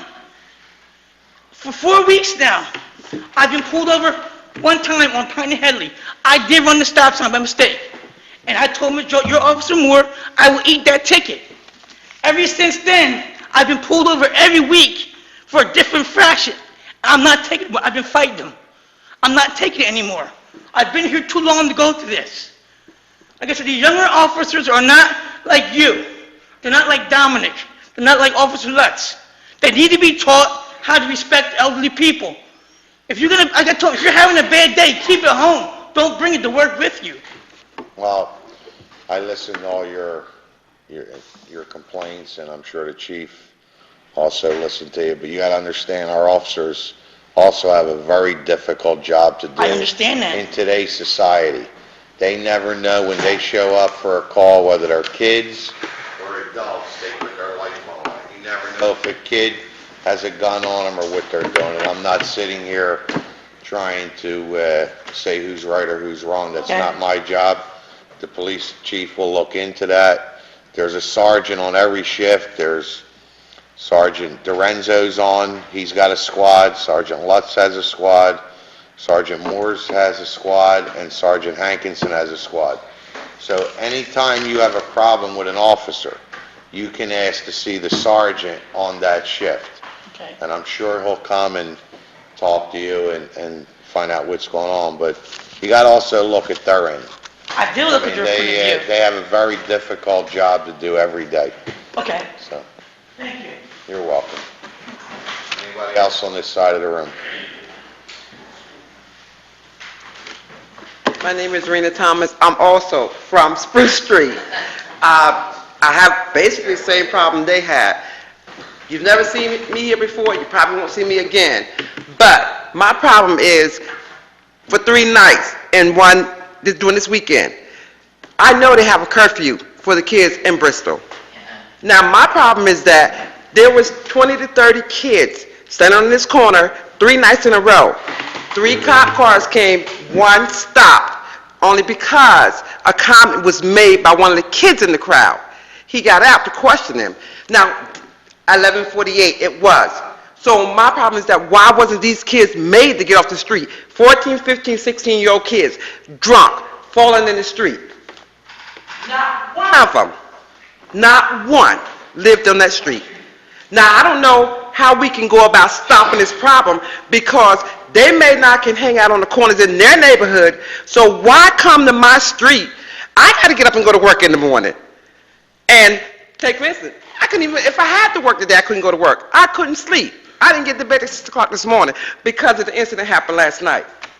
I was so upset about that because I just felt like this guy got tasered for no reason. Because he called the cop because they had a problem. But the person that started the problem is standing there, nothing's being done. And if they look back, this same person, there's been so many problems with this address, and I'm still wondering why she's still there. There's not one single person on that street that hasn't had a problem with it. And you call the cops, then we're always the one that look like the bad person.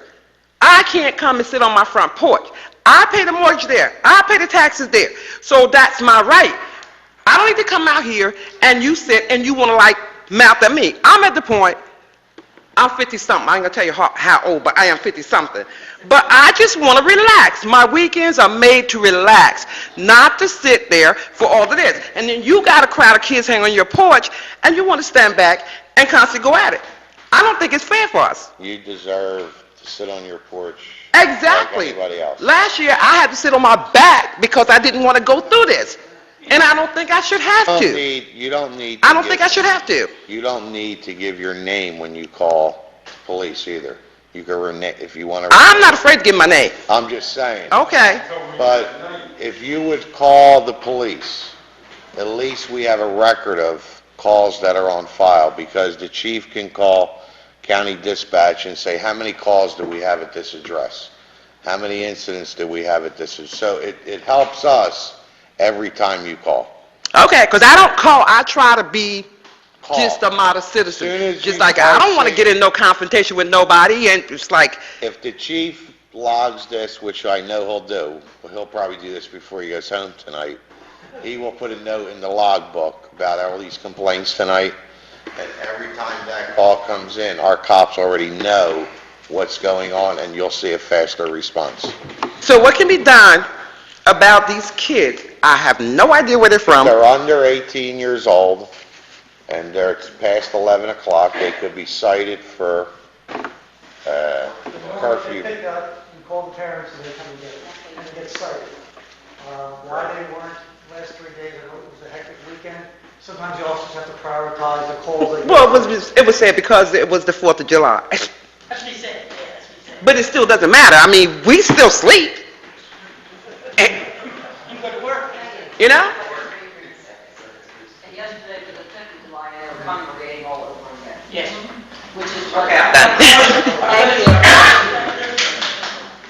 Anybody else on this side of the room? Other people will talk.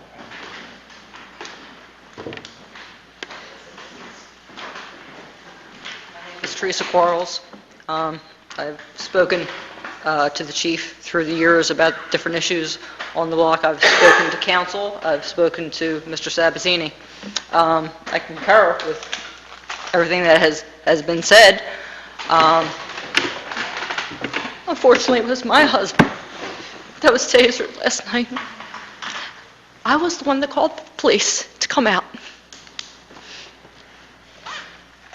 It's not right. We're being driven from our homes, the homeowners, and it's truly not a rental homeowner thing, because if you're a good neighbor, you're a good neighbor, and I really don't care how you're paying the rent if it's legitimate. The problem being is that us homeowners are sitting there actually talking about selling our houses and leaving because we are just so fed up. We are being driven from our houses. It's not right. When you speak up, when you call the police, you know, half the time they already know who called, and then you're retaliated upon. There was a pack of at least 30 kids that was out all over the cars. They were told by one neighbor to get off my husband's car that was in front of our house.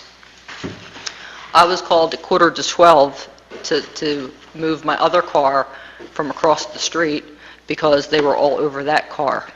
I told my husband, don't go out there, don't say anything, just go get the car and move it, due to the pack of kids that were out there. Didn't want trouble, don't want to instigate trouble. But at the same time, how much do the homeowners on that street swallow and bite our tongues? We don't want to be pitted one neighbor against another.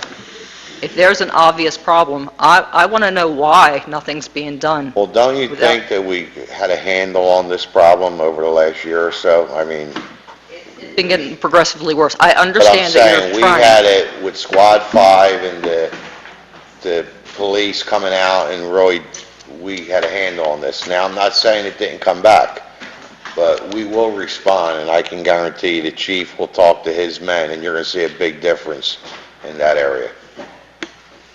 Thank you. And I'd like you to come back to let us know that things have changed. And one of the things I would like to ask, make a suggestion to the council, I don't know who to ask of it. One of the things is, if you light that street up, you can't hide in darkness.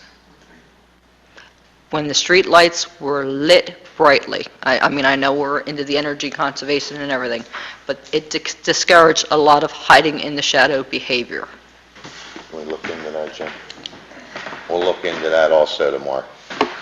Thank you. Yeah,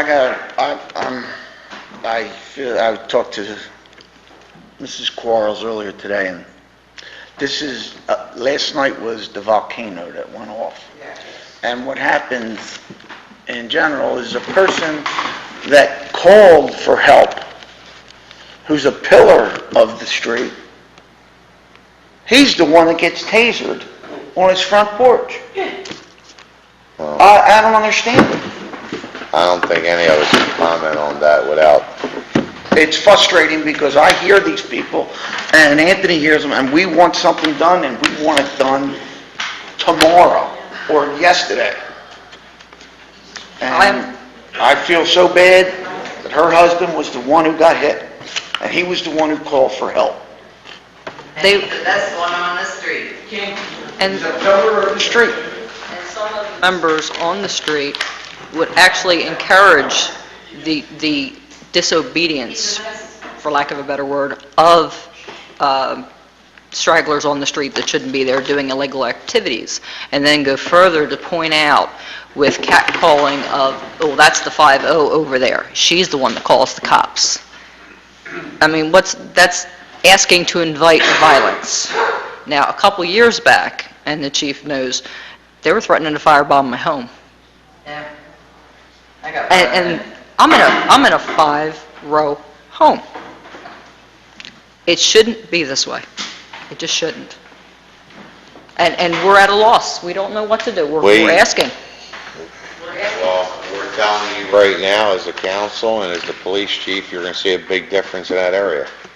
And if not, I expect you back here next week to tell me that things haven't changed. Okay? Should I add to mine? The one next door to me is supposed to be evicted on the 30th because of her mouth interactions. He's still there.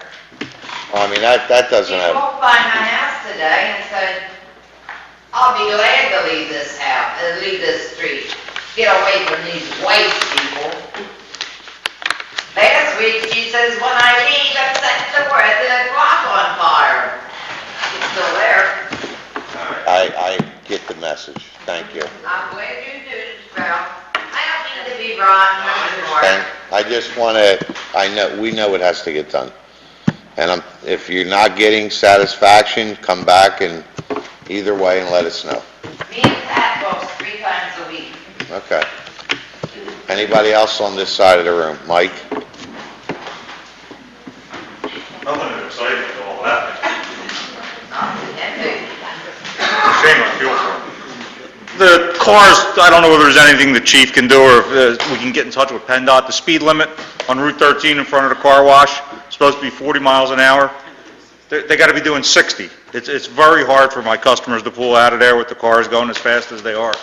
Maybe we could have the flashing sign over there for some period of time that shows how fast people are going. We wrote 107 tickets last month, 61 along Route 13. Right more. Okay. And somebody's going to get killed either trying to walk across there or pulling out of the car wash. And I appreciate anything you can do. The other issue is about the paving. Beautiful job paving the streets. When they did the alleys, is there any intention of seal coating the edges of the alley? Yes. Okay, because that wasn't done in the alley behind my Have they been house. coming back? Okay, because they seal coated the street, the edges, but they didn't do the alley. Okay. They come around, you'll see. They might do 10 streets at a time, but... Okay, thanks.